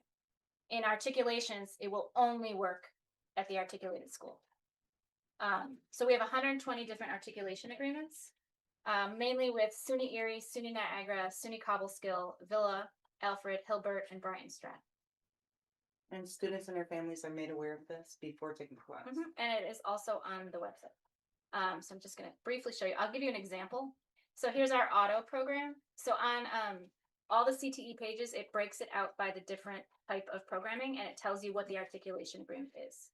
So for automotive, if I scroll down, we have two articulations, one with SUNY Erie and one with Alfred State. And the agreement is actually posted, so you can go on and log in as a parent just to see what would be available to you. So you'd be able to earn 3 credits through this particular articulation if you took those courses and passed successfully. And again, Alfred has a similar one with us for this program. So if you choose to enroll at Alfred, you would also be eligible for coursework. So all of it is spelled out in the agreements and they're posted on the website. So how does this information here get correlated from, I guess, because 9 times out of 10, the parents will probably have to get this information maybe from a teacher or a principal. So how does this type of information get channeled down from to you? That is one of our definite challenges. So when a course is identified, for example, as a dual credit, we work with the student and we send the information home. So for example, I've received them for my child. So you get a letter explaining what the coursework is, what the requirements are in order to get the credit, what you would have to do. And then my team actually goes physically to the school and meets with the students and registers them. We don't want to leave it up to chance or people who might be confused by the process. So they sit with the student and complete the registration paperwork. What you mean team? You mean the team of the... So I have a division that works with this. So Director Michael Cambria, Supervisor Stephanie Finn, and 2 TOSAs, Joe Mulfeasy and Beth Daly, will go out and support the students to make sure that they have the proper, either the AP coursework, paperwork, or the college dual credit. How often do they visit these schools? So right now, Stephanie's been out pretty much all month because this is the time when we register kids for dual credit. So she's been out to schools every day that we were in session for January, and she'll be there through part of February. She's finalizing that process now. So you have directors of curriculum as well, right? How many directors do you have? Oh, in different curriculum areas? Yeah. I haven't counted. I'm not sure. So I have a director of supervisor for math. They're actually, I can give you a list. It's probably easier. But they're a different division. That Yeah, but I'm just trying to figure out the connection with directors and the principals and the teachers. How is all this information here getting transferred down to them? So we meet with the counselors on a regular basis, making sure that they have the correct information. when kids sign up for these courses the year before, they're provided with type of course. This is a dual credit course. This is an AP course. This is an IB course. So they get that information as they're completing the paperwork to enroll in the class. And then about this time of year, if they're going to choose to enroll in the college to get the credits, we help them complete the paperwork. So we meet with the teachers, we meet with the counselors, the principals all have this information, and it's on our website. And then we meet individually with the students. But where do the principals get that information? Do they get that from the director or do they get that from you? So all of this is actually published on the website. And when people are making schedules at the building level, they reference the information on the website to get the course codes and the prerequisites and those types of things. So master schedulers at the building can create the schedule with the correct information. Do they present to the principals at all, your directors? Do they present? Well, we present regularly. When we introduce a new course, we often will come and just let them know. But we also keep it updated on the website so everybody has access, and we send it out as weekly bulletin announcements just to let schools know. Has everybody in your team, has everybody presented, has each curriculum base, have they presented to the superintendent or the principal? On APs or on other matters? Just in general, because principals need, guidance or whatever handed down from you guys, right? So they can't. So do that if last don't year get they that came and information. presented regarding the AP and dual credit courses. They went to the principal's meeting. This year they haven't presented specifically on this. Everybody's presented, because has Every curriculum area yeah. over this current year, no, because we're only in January. They have not all presented. And with all due respect to having a new superintendent, do you feel that they all need to present so the superintendent can get a feel on? Can we keep it?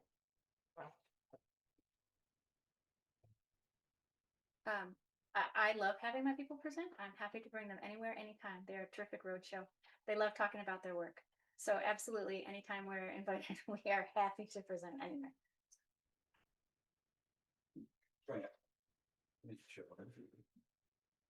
Thank you. Um, Do we have any?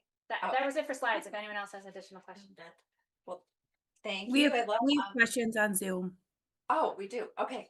Yeah. I'm like not noticing those. So I No, will. it's okay. Oh, Talia or Chairwoman. Okay. She's first. Could I ask? Oh, okay. Could I ask?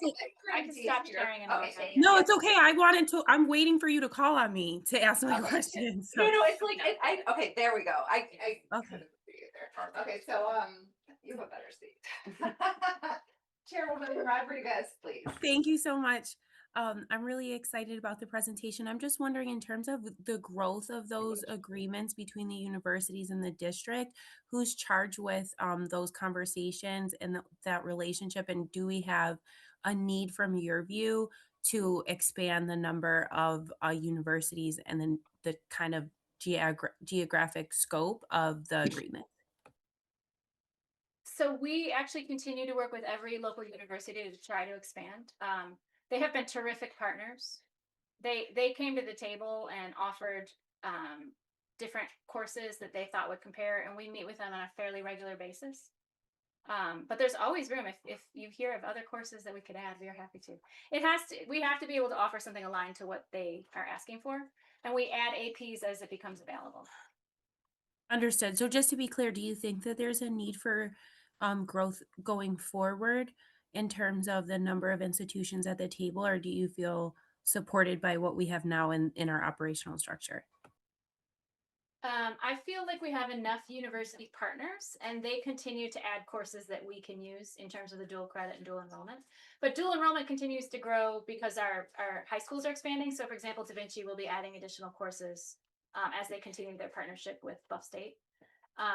In terms of AP, there's a limited number of courses we could offer, but as they begin to create new courses, we usually try to pilot those. So we actually had to get special permission to pilot AP African American Studies. We had to apply. And so we were granted that opportunity, and then we expanded it once they approved us. We are piloting one of their newer courses right now. So as things are added, we try to step up and join the team. All right, in addition to that, Board Member Rodriguez, especially for our middle college, we really need to expand the list to make sure that our students really graduate with associate degrees. So we still have a long way to do. I think once we start really adding those classes and our students really start taking those college courses, as a freshman, they should be able to walk away in the 4 years with that associate degree. So that's work that we need to do. Thank you, Dr. Mubenga. Thank you, Chief. All right, right, ladies. How you doing? Good, thank you. Good. Can I ask a question outside of this about your department? Sure. Can you tell me what the literacy rate is and what are the learning gaps? And also, what has your department done to support principals on teaching and learning academically? In terms of everything? In terms of everything, yes. Sure. So we actually have a very, very excellent staff development division, and they coordinate PD for teachers across the district, as well as substitutes, teacher assistants, teacher aides, principals. So we have asynchronous offerings, and we also have virtual offerings and in-person offerings that we provide. We also go to principal meetings to present whenever we are able to.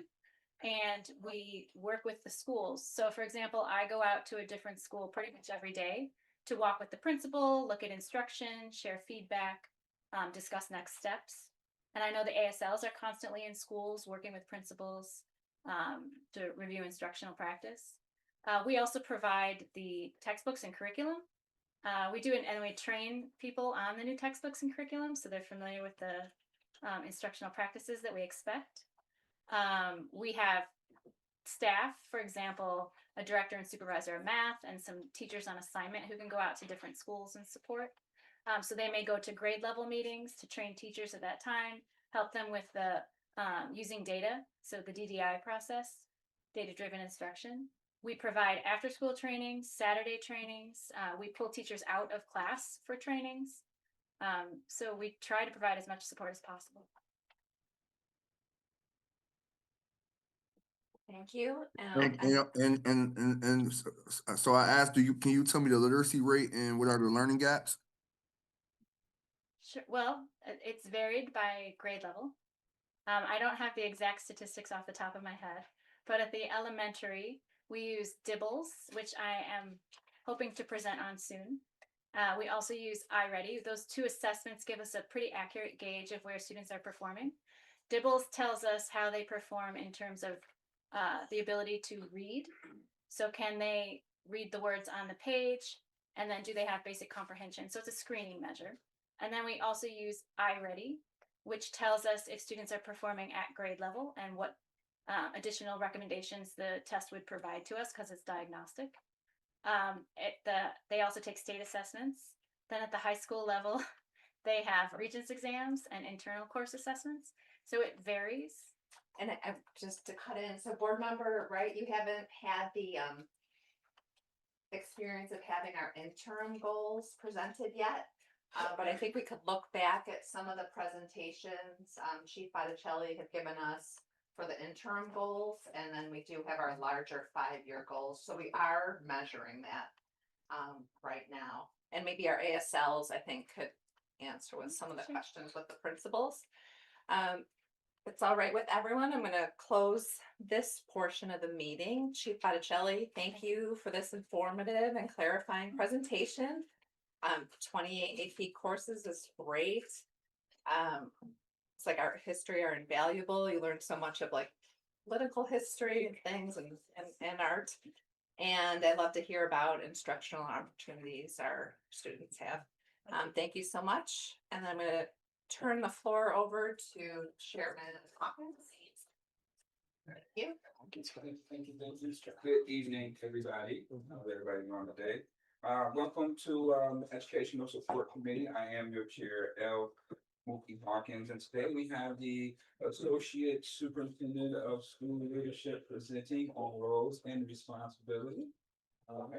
Good evening, ladies, and Dr. Mubenga, the floor is yours. Thank you, Chair, Chairman Hawkins. Really delighted to have our ASL here today. We have all 5. I'm really proud that I was able to fill up my vacancies. So usually they don't really have opportunity to tell you what they do in schools.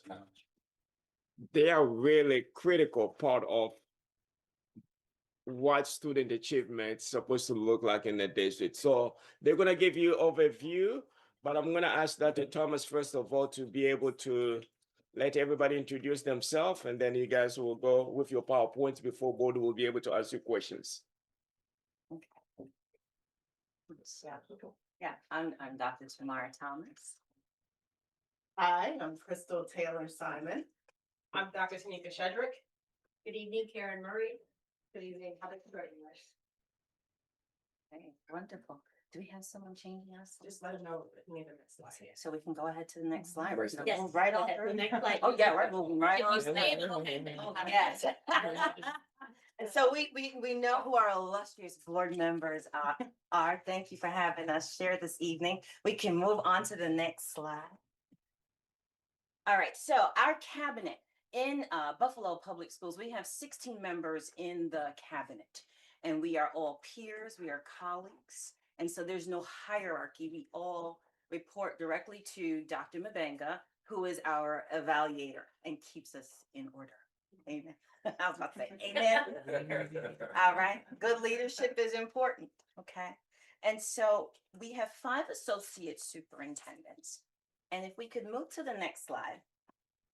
Oversight with the superintendents will be for elementary school. We have 3, and we've introduced ourselves. You have Dr. Tanika Shedrick, Heather Short English, myself, Dr. Tamara Thomas, and then for high school, we have Karen Murray and Crystal Taylor Simon. And now, amongst ourselves, 127 years of educational experience. Okay, data is critical, right? You need to know who's in place, working and supporting our schools. There are 17 degrees amongst the 5 of us. 9 master's degrees, 2 doctorates. In addition, 2 doctorates are in progress. We also have here amongst the phenomenal leaders standing, my colleagues, awesome woman. Amongst ourselves, we've raised 11 children. And so we're not just here doing the work, we're doing it all the time, 24/7, as mothers, as parents, okay? So here I want to talk through very quickly some of the roles that we've served in, because we've all served as teachers. We've all served as assistant principals. We have all served as school principals, and that's critical. But there's more to us than just those roles when it comes to education. And so Dr. Shedrick has served as a university teacher assistant. She served as a department chair of science. She's a dean of students, a visionary for Buffalo's first public boarding school. She has coached assistant principals, and of course, she serves as an associate superintendent of school leadership. Heather, wave, please. Thank you. So Heather is our newest, of course. This is her second day. Third day, but only third day as an associate superintendent of school leadership, because she has served in Buffalo Public Schools in multiple roles for 10+ years, correct? One role here. One role here. Yes, ma'am. Consistency. And so she has also served as a behavioral mentor specialist, resource teacher, district coach. I said assistant principal and principal before. She has worked in the state education department for New York, and also as an associate of school improvement, enhancing principal leadership coaching, and of course now in the role of associate superintendent of school leadership. I have served in the roles we've mentioned, as well as a department chair, principal in residence, principal district director of student support services, a district executive director of district transformation, school improvement, school support, and a host of other roles to include state education department in North Carolina, and multiple other roles. And I also have my own consulting firm, and I work with educational businesses K-16+. Karen has also worked in the role of teacher, school coach for math, district coach math, and we know we need math support, right? And of course, as assistant principal, and now associate superintendent of school leadership, and then Crystal Taylor Simon. She has served in the roles I mentioned, and also a state lesson plan writer, an instructional coach, a district executive director for curriculum and instruction, and now serving in the role of associate superintendent of school leadership. It's important to know just a little bit of where we're coming from, okay? Because together we're always better when we're working with our schools. When asked their reason for becoming educators, Dr. Shedrick shared, I didn't set out to become a teacher. I actually pursued becoming a pediatrician. I believe deeply in the power of guidance, trust, and shared responsibility, and I am committed to walking alongside the families of this district to help create a brighter, more hopeful future for every child. Short English shared, I became an educator because I always had a passion for learning and wanted to instill that passion in others. As I studied, I realized I wanted to advocate for students that were unable to advocate for themselves. Hence my focus on special education early in my career. That desire to advocate continued to be my central in my career. I'm going to share just the last three.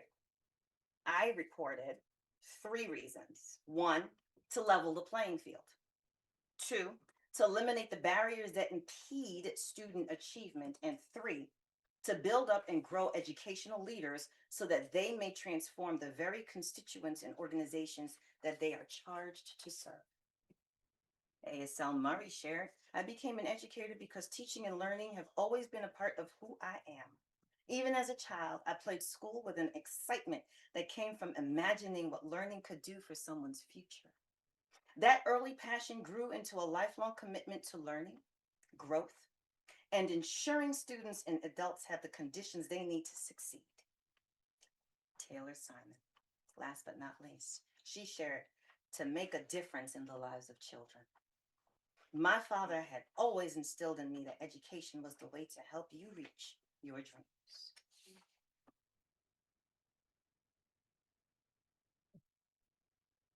Thank you, ladies. Next slide, please.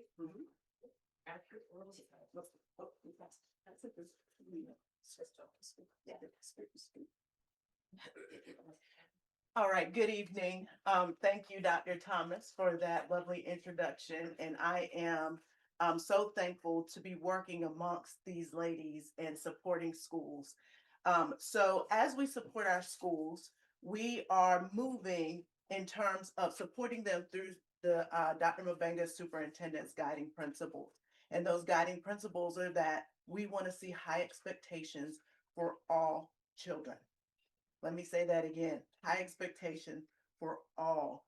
And we also want to make sure that the schools are providing targeted supports to students. We want to see that differentiation, and we want to make sure that each child is getting what they need to succeed.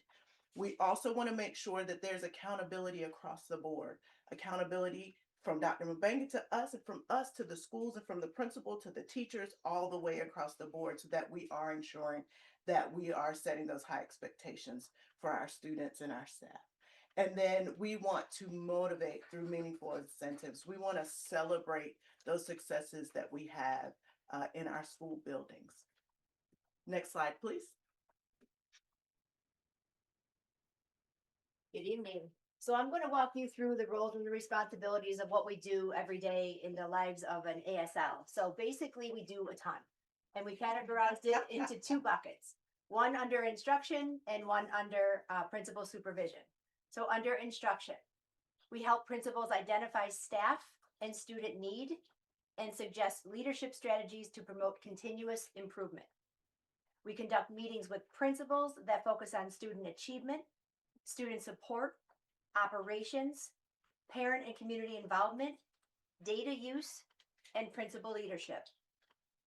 We facilitate a lot of professional development to principals and assistant principals.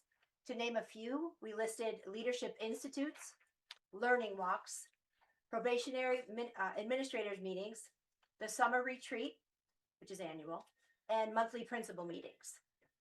We work with school leaders to ensure expertise in analyzing school data, and we assist building leadership to review recommendations from the DTSD reports and translate recommendations to the SEPs, which is the school improvement grants, and the SIGs, the school improvement grants. On the other side, under supervision, we evaluate principals' performance, and we make tenure recommendations for probationary principals. We prepare and oversee principal improvement plans, otherwise known as PIPs. We assist principals in performance management concerns with staff. We work with the Chief of Human Resources to intervene and recommend assignments of new principals and assistant principals. We work with principals and human resources to oversee the teacher improvement plan at the school level.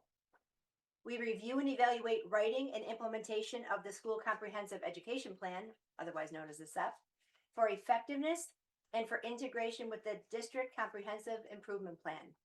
And last but not least, we oversee all schools monitoring activities required by the state. Next slide, please.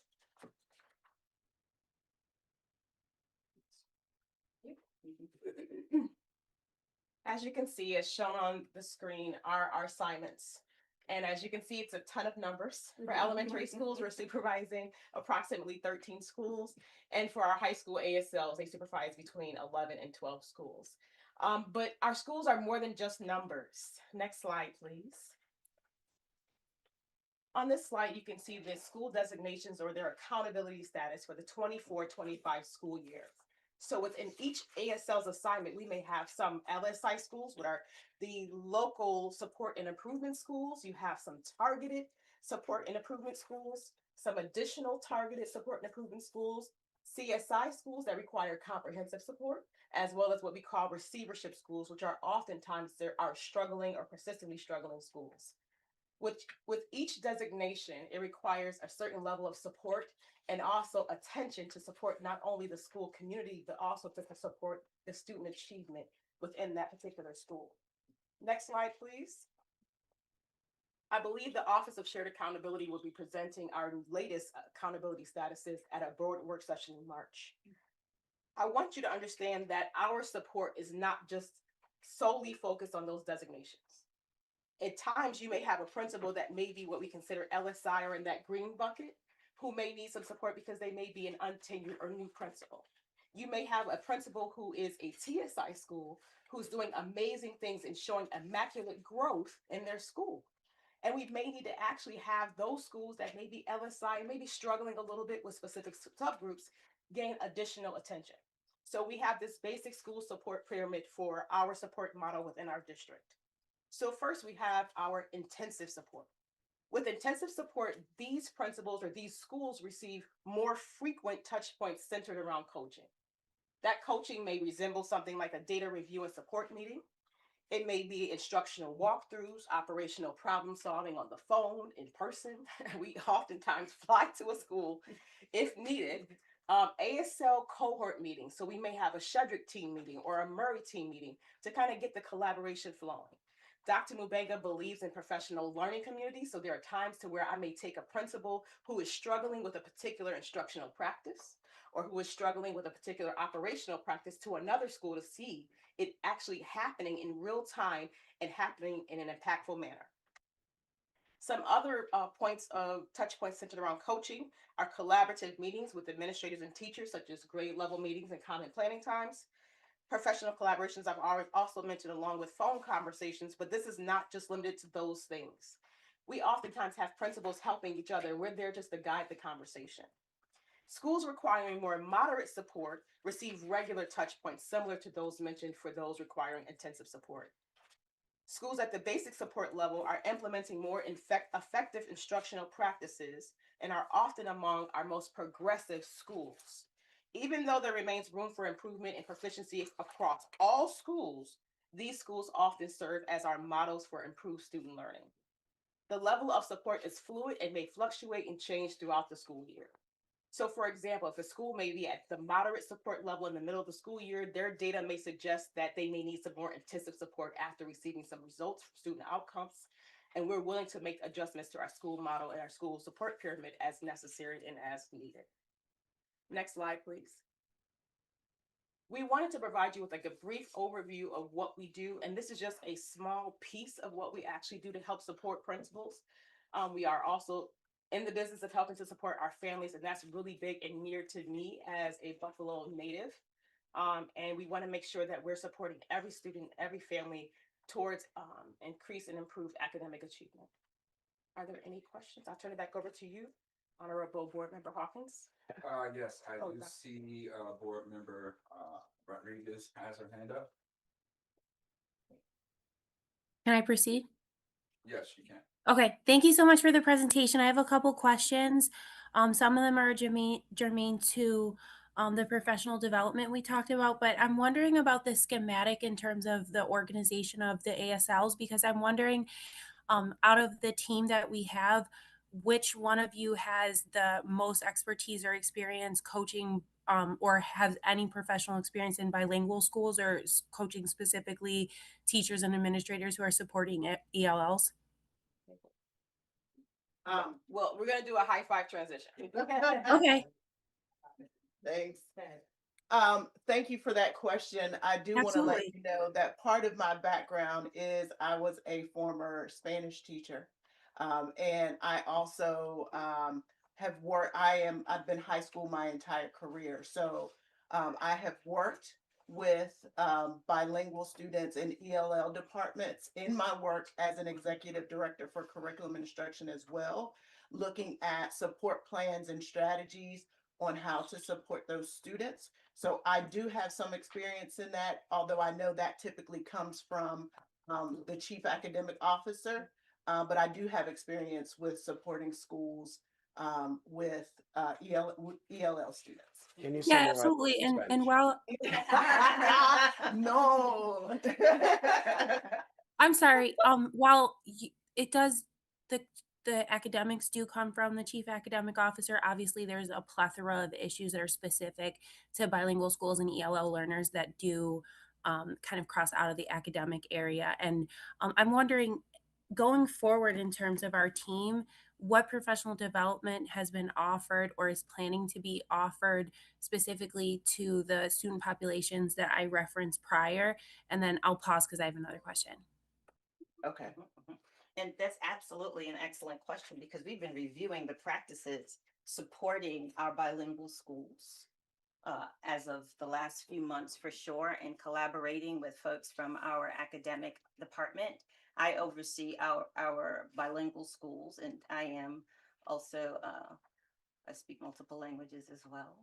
And so I'm excited to be supporting our schools. I've successfully helped schools to move that, our EL population as well in other districts. And so I have some keen sights to support this effort. At the same token, we have to take time to review the resources that have been in place. This has been an issue, okay? This is not something that's hidden. And we need to make sure that those resources are appropriately aligned. And that needs to happen fairly quickly. And then looking at also the PD that needs to take place. We have some pretty astute teachers working in our bilingual schools. I've met many of them. I'm really impressed with what they have. But what we need to do now is look at the resources that we're looking to using to support our children. And we're working on that pretty quickly behind the scenes. And in addition to that, we also host a quarterly, I believe it's quarterly multilingual, bilingual consortium. To where we provide professional development to the school leaders of the bilingual schools, addressing some of the most hot button needs as well as the needs of the building that are database. So we're bringing research to them. They're able to go and do classroom walks at the particular school in which the consortium is being held. And I believe it's rotated amongst our bilingual schools. And we use that time to collaborate as well as to discuss various instructional strategies and to kind of realign ourselves to the priorities of the district. Thank you. And then my next question is, in terms of the experience for our team cumulatively, I love your lived experience, but are there opportunities that our team is looking at to further or to put you all specifically at your level in contact with other districts that have similar bilingual programs? So if I'm coaching and supporting bilingual schools, what's my improvement plan so that I can learn more about practices outside the district, I guess? So I do know that we have been in the past in contact with some of our state representatives, whether that's a state liaison to help put us in contact or help put the multilingual department in contact with some of our state folks or other school districts that are actually outperforming us. I do know Ann can speak a little bit to that because with the multilingual department, the bilingual consortium is bringing those resources there. Ann, do you want to speak a little bit about that as well? Sure. Can you hear me? Not very well. If you could move closer to a mic, Ann. Yeah. Okay. So we do run the bilingual consortium quarterly. We just had to reschedule because of the weather recently. But we bring all the principals together. They get to walk classrooms. We do a lot of work. My team is also part of the staff development with the state, where they meet with other districts. There's a meeting coming up very soon, so they get to hear what's happening at the state level and then across the spectrum of the schools. Okay, and this will be my last question, just because I'm really truly trying to understand the labor breakdown here. So, and you're talking about your particular district. What my question was specific to the ASLs. What training will they receive, or are they seeking to increase their just knowledge base? Is that a fair restatement? And because what you're referencing is a different department, correct? A great question. Yes. I can't speak to what you said. So that is back, that goes back again, board member, to us going and actually attending as well with our principals. So with us attending the multilingual or the bilingual consortiums, we also do, like I said earlier, have access to those state liaisons to help connect us to other districts and other schools that are performing well. It's just a matter of us tapping into that. But we do attend professional development within the district with our principals. Wonderful. Okay, my last question is just in the view of, in your view and your experience, what is going best at your schools? I mean, again, because I'm looking at my district and it's compartmentalized between all of our team leadership. So I wish I could ask one person this question, but just in terms of the labor breakdown, I guess it would be assigned to everyone. In terms of the school types we talked about, or those who need the most assistance, from your observation, what is going well? If you're gonna respond, I want you to give pretty much a good summary instead of being specific about one particular school. So we gotta be sensitive with that. Yeah. Okay, go ahead. I was just gonna say, I think as we took a look at our CFA data, and we looked across K-12. What's CFA? Oh, sorry, common formative assessment. So the district assessment to see where our students are. We saw a common trend. And once we saw the trend, we constructed professional learning for our principals during the last principal meeting. So the trend was, we need to increase our rigor for all students. We need to look at what is it they are doing. What are the cognitive demand tasks? What are the thinking tasks we're asking them to perform in class? And then how is that correlating with what we're asking them to be assessed on? So as we analyzed our CFA, our assessment data, we went back and we created a plan, and then we turned keyed and presented a DOK, which is the depth of knowledge, professional learning for our principals, so that they could then, and we modeled activities that they could then turn around and turnkey it to their staff, because that is what we're seeing across the board as we're walking in from classroom to classroom. We're seeing students, the teachers are teaching their hearts out. But like we told them in that professional learning session, that you could be teaching your heart out, but if the students are not engaged in the task that you want them to be engaged in, then you're creating gaps, actually, instead of moving students. So I think I'm speaking for us, but essentially that is what we saw for K-12, not just a specific school. Thank you so much. that's I'm what so we're trying excited to address meet you together all. as a team. Yeah, of course. I'm sorry. I didn't mean to speak over you. No, that's okay. Okay, thank you, Board Member Rodriguez. Board Member Wright, you have a question? Good evening, everyone. How y'all doing? Hi. I have like 3 or 4 questions. I might just ask two or three as y'all was presenting. I wrote some questions down. As some of you may know, I work in the district. I've worked in the district for the last, I would say, 4 years. Through a role I have with an organization that does business with the district, and the questions I have, for one, if a principal keep missing goal, what happens next? That's number one. Number two, how long do we give our school leaders to improve before we step in? And my last question is, who's responsible when the school isn't improving? Is it the principal, the ASL, or central office?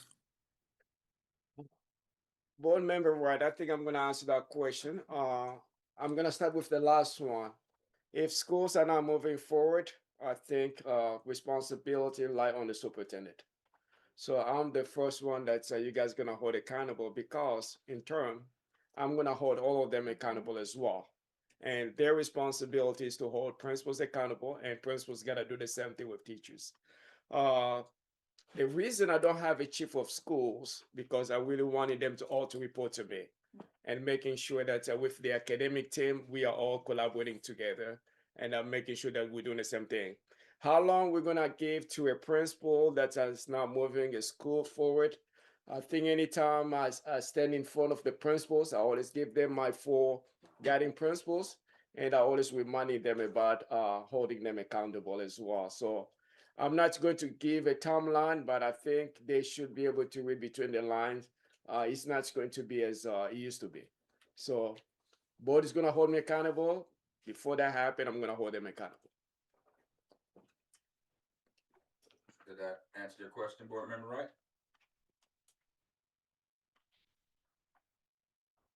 You're muted. So Dr. Mubanga, if a principal keeps missing goals, what happens? There are steps that we have to take. The first one, they have the APPL, the principal evaluation that they have to follow. And we have to be able to hold their hands, really supporting them. We're in the business of raising the achievement, but we're gonna raise the bar by raising the expectation. When we raise the expectation, then we're gonna support you.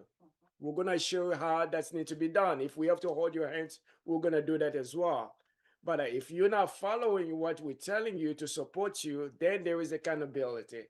So I cannot elaborate too much on that. That's what they're going to observe me doing, raising the expectations, supporting them, and holding them accountable. Timeline, it depends on one person to the other. Okay, I have one more question, since you answered them. As y'all know, I sat, Ms. Cotman, our former Ferry District School Board member, appointed me to be, the committee person for the school closure committee. And we was going based upon older data. And when we came close to making our decision, that's when we found out that the state, released new data and a lot of our schools were failing. So how do we know when the school is starting to, struggle? Thank you for that question. I want to be transparent. I'm not really pleased with data that's received. I was not even pleased when I had a conversation today with State Department folks, having 5 schools, receivership schools, out of 28 in the state. That's really bad data. The work that we're doing, let me say this. I met with our ASL. We're able to establish goals for our schools. Each school has their goal. And then we're gonna monitor the progress throughout the year. We're not gonna wait till the end of the year to get a state assessment or the regent. We have benchmark built along the way. Once we give the benchmark, the results comes in. These folks here, including our person in academic as well as school accountability, they sit around the table with me. We're going to analyze the data. What is the trend? Based on the goal that we're able to establish, are we coming short? Are we meeting our goals? Have quick conversation, make some adjustment as we're gonna move forward. So we are monitoring the progress along the way. Not only that, as ASL they go to the schools, they meet on those PLC, professional learning community, with those principals. They do walkthroughs, they go to the classroom, they see what is happening. Then they come back, what I always call it a lab. They go to the lab and say, what did we see? What adjustment need to be made? Then they give feedback to the principals. Then the principal go give feedback to the teachers. So pretty much it's ongoing work as we make it, we're doing this work. Thank you, Dr. Mubanga, and I want to say thank you to you and that your team is doing. I just realized that you haven't been here that long, and you have a lot that you have been dealing with, some mess and some problems that you are fixing. That I mean, I know you knew what it was before you came to Buffalo, but I just want to let you know we appreciate you. I appreciate you. And good job, to what you have been doing so far, to you and to your team. Thank you. Thank you. These are hardworking folks, and I think we're gonna see a positive trajectory in the future. Okay, Vice President Zilich. Thank you. I don't want to leave anybody out. I just want to shout out. I had the opportunity recently. Dr. Thomas is also a talented musician. And maybe we can all see her play violin with students. And then I wanted to thank you. I hadn't met you yet, ASL Taylor Simon, but I wanted to applaud your responsiveness. I was thinking it would take like a week, or I was hoping like 72 hours, but it was like, I think it was same business day. Yeah. And I appreciate that. And I just want to say out loud again, I love high expectations for all of our students, and that all of our students can succeed. And some of them do just need more of that targeted support to response to intervention and to get them up to where they need to be. Absolutely.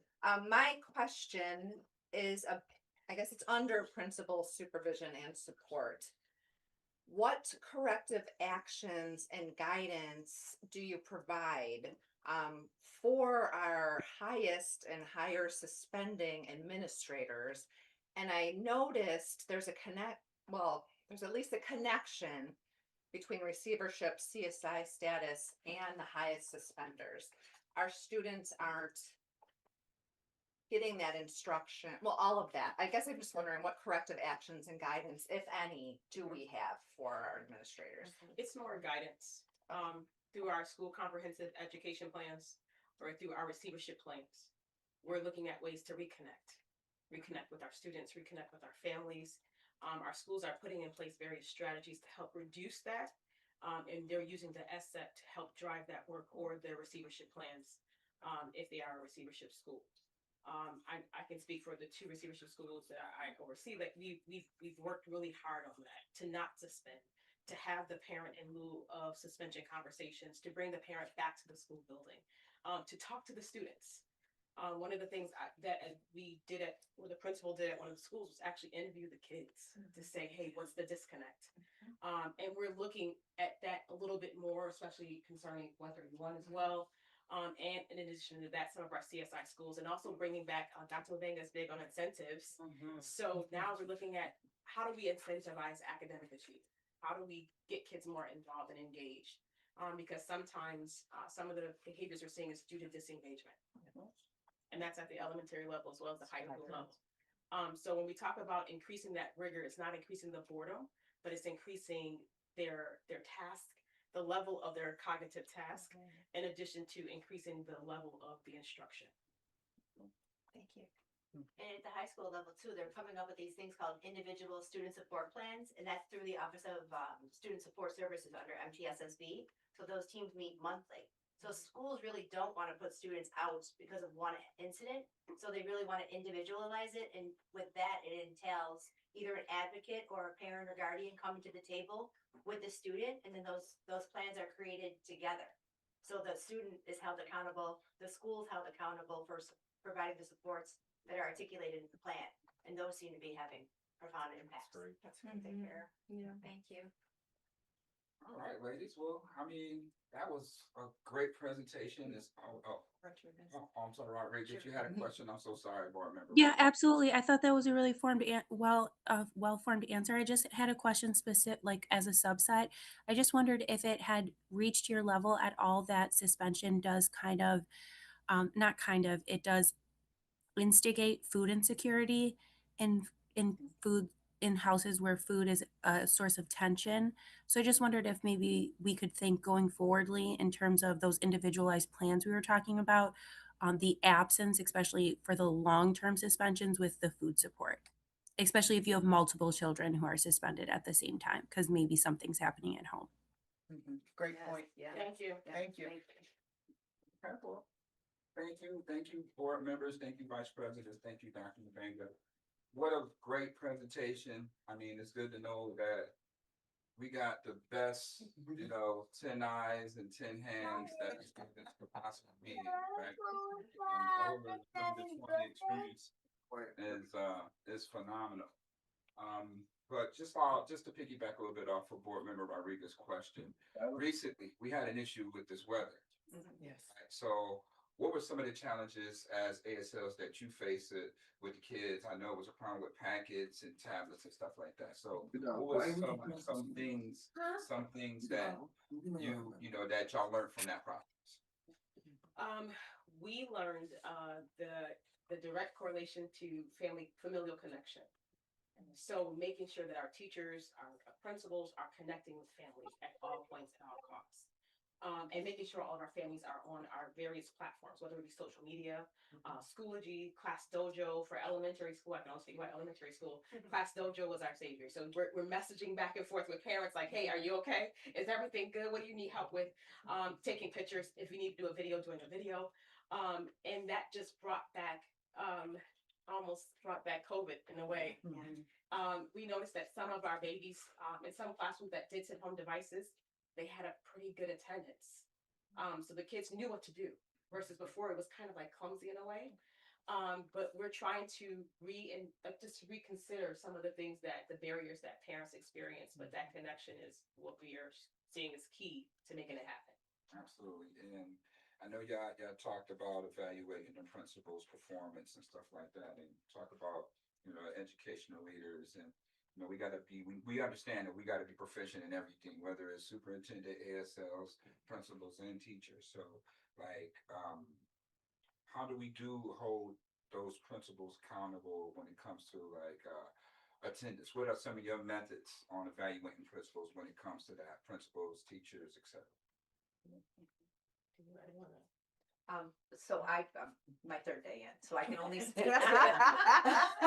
I can only speak to my experience working at the state level. So I was one of the enhancing principal leadership coaches for NICED.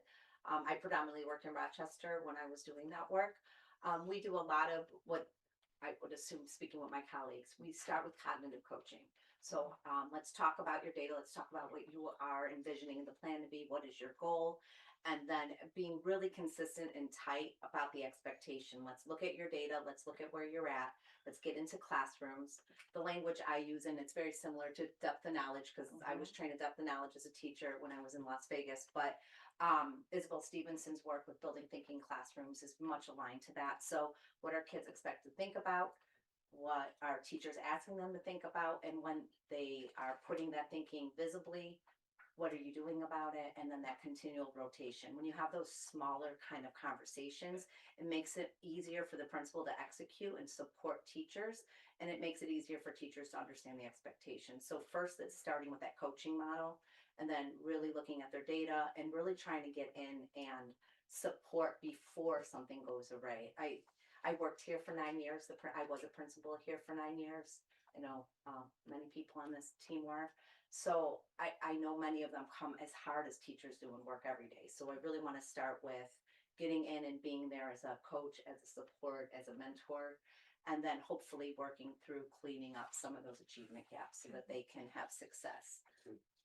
But the accountability part of it is the other half, and that is through the APPR process, which I know Dr. Moban spoke of. But it's also a human element to the daily. Yes. So having the conversations, I noticed. I'm wondering, is everything okay? With adults, with kids, with families, even with the principal. Hey, I noticed this. Let's have a conversation. How can I support you? And I think those collective conversations will help us come up with some creative solutions on how to support all sides.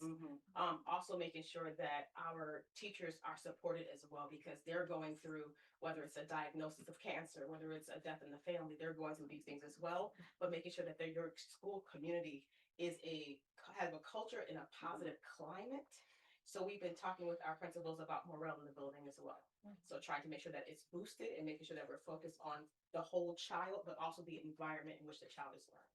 All right, so now will we be able to have that data if principal is lacking attendance wise? Like if she, there's a problem with them coming to work, it's hard to educate the kids. Let's be clear on that, right? So is there data for the superintendent that he has on principals and teachers not being at work?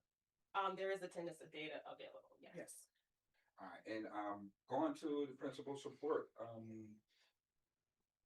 how are they getting the administrative team? I mean, do they get to pick their teachers, or what is that process? That's more of an HR process, and it's based upon, governed by our contract about, how teachers are either transferred to the building or even how they're hired.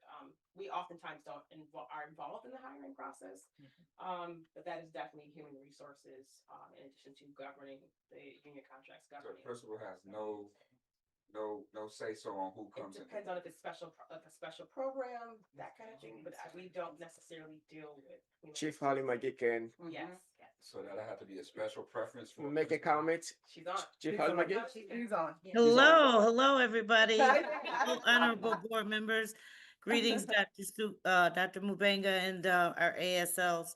So yes, so there is a process. It's contractual. There is a process which is called the teacher transfer process. And with that teacher transfer process, teachers can opt to transfer into a building. However, there is what's called a professional conversation with the principal. Okay, so the principal has a conversation with that teacher that wants to come into their building. And let's say that that principal says, well, I've heard a lot of rumors about this teacher. However, I don't want them in my building.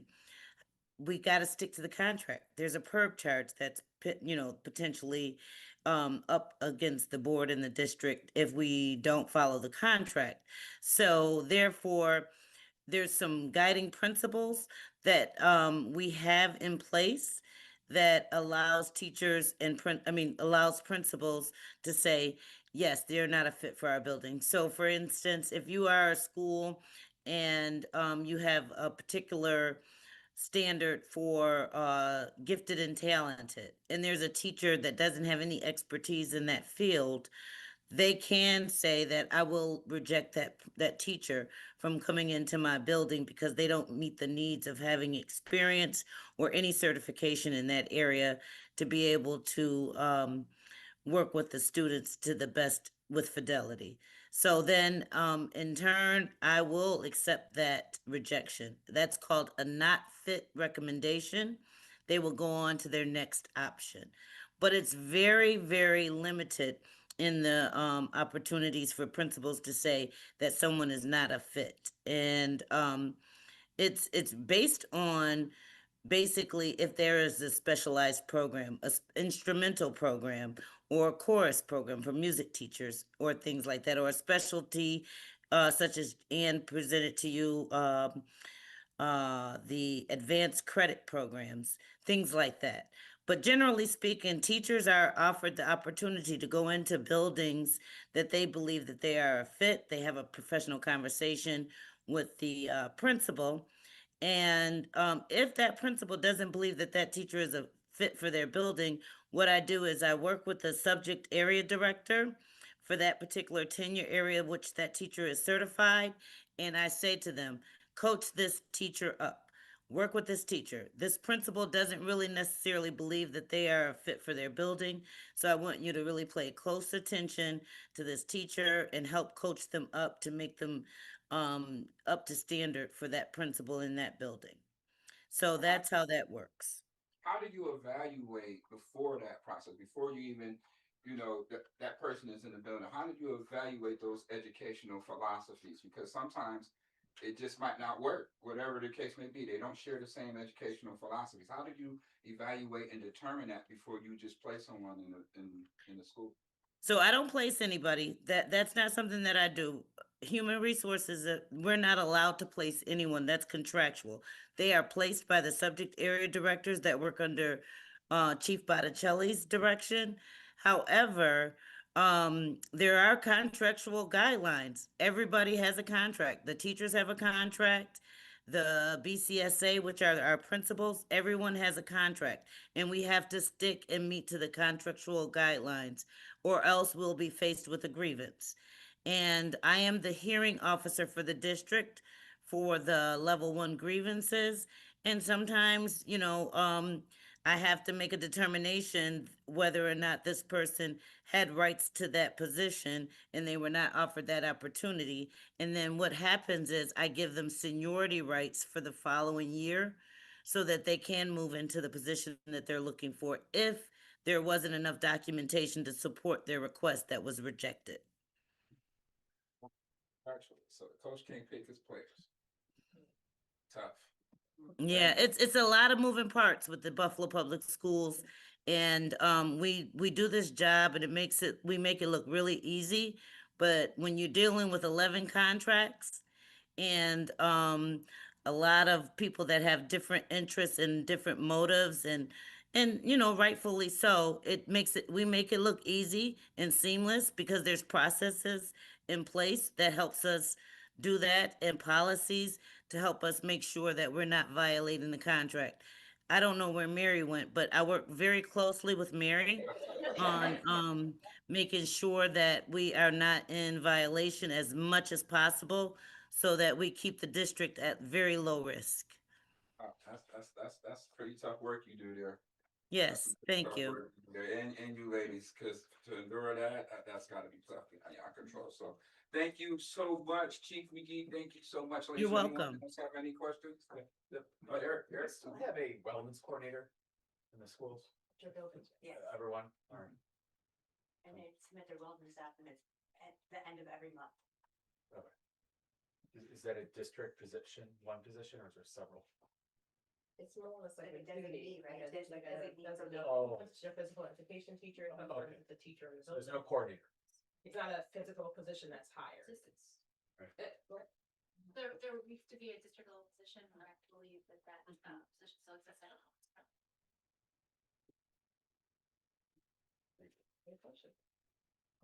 Any more questions, anyone? Okay, I'm all set. Thank you so much. Thank you, thank you. Thank you. So I guess we can move to To adjourn this meeting? Mhm. All right. Meeting adjourned. Thank you. Good night, Good day. everyone. Thank you. Thank you.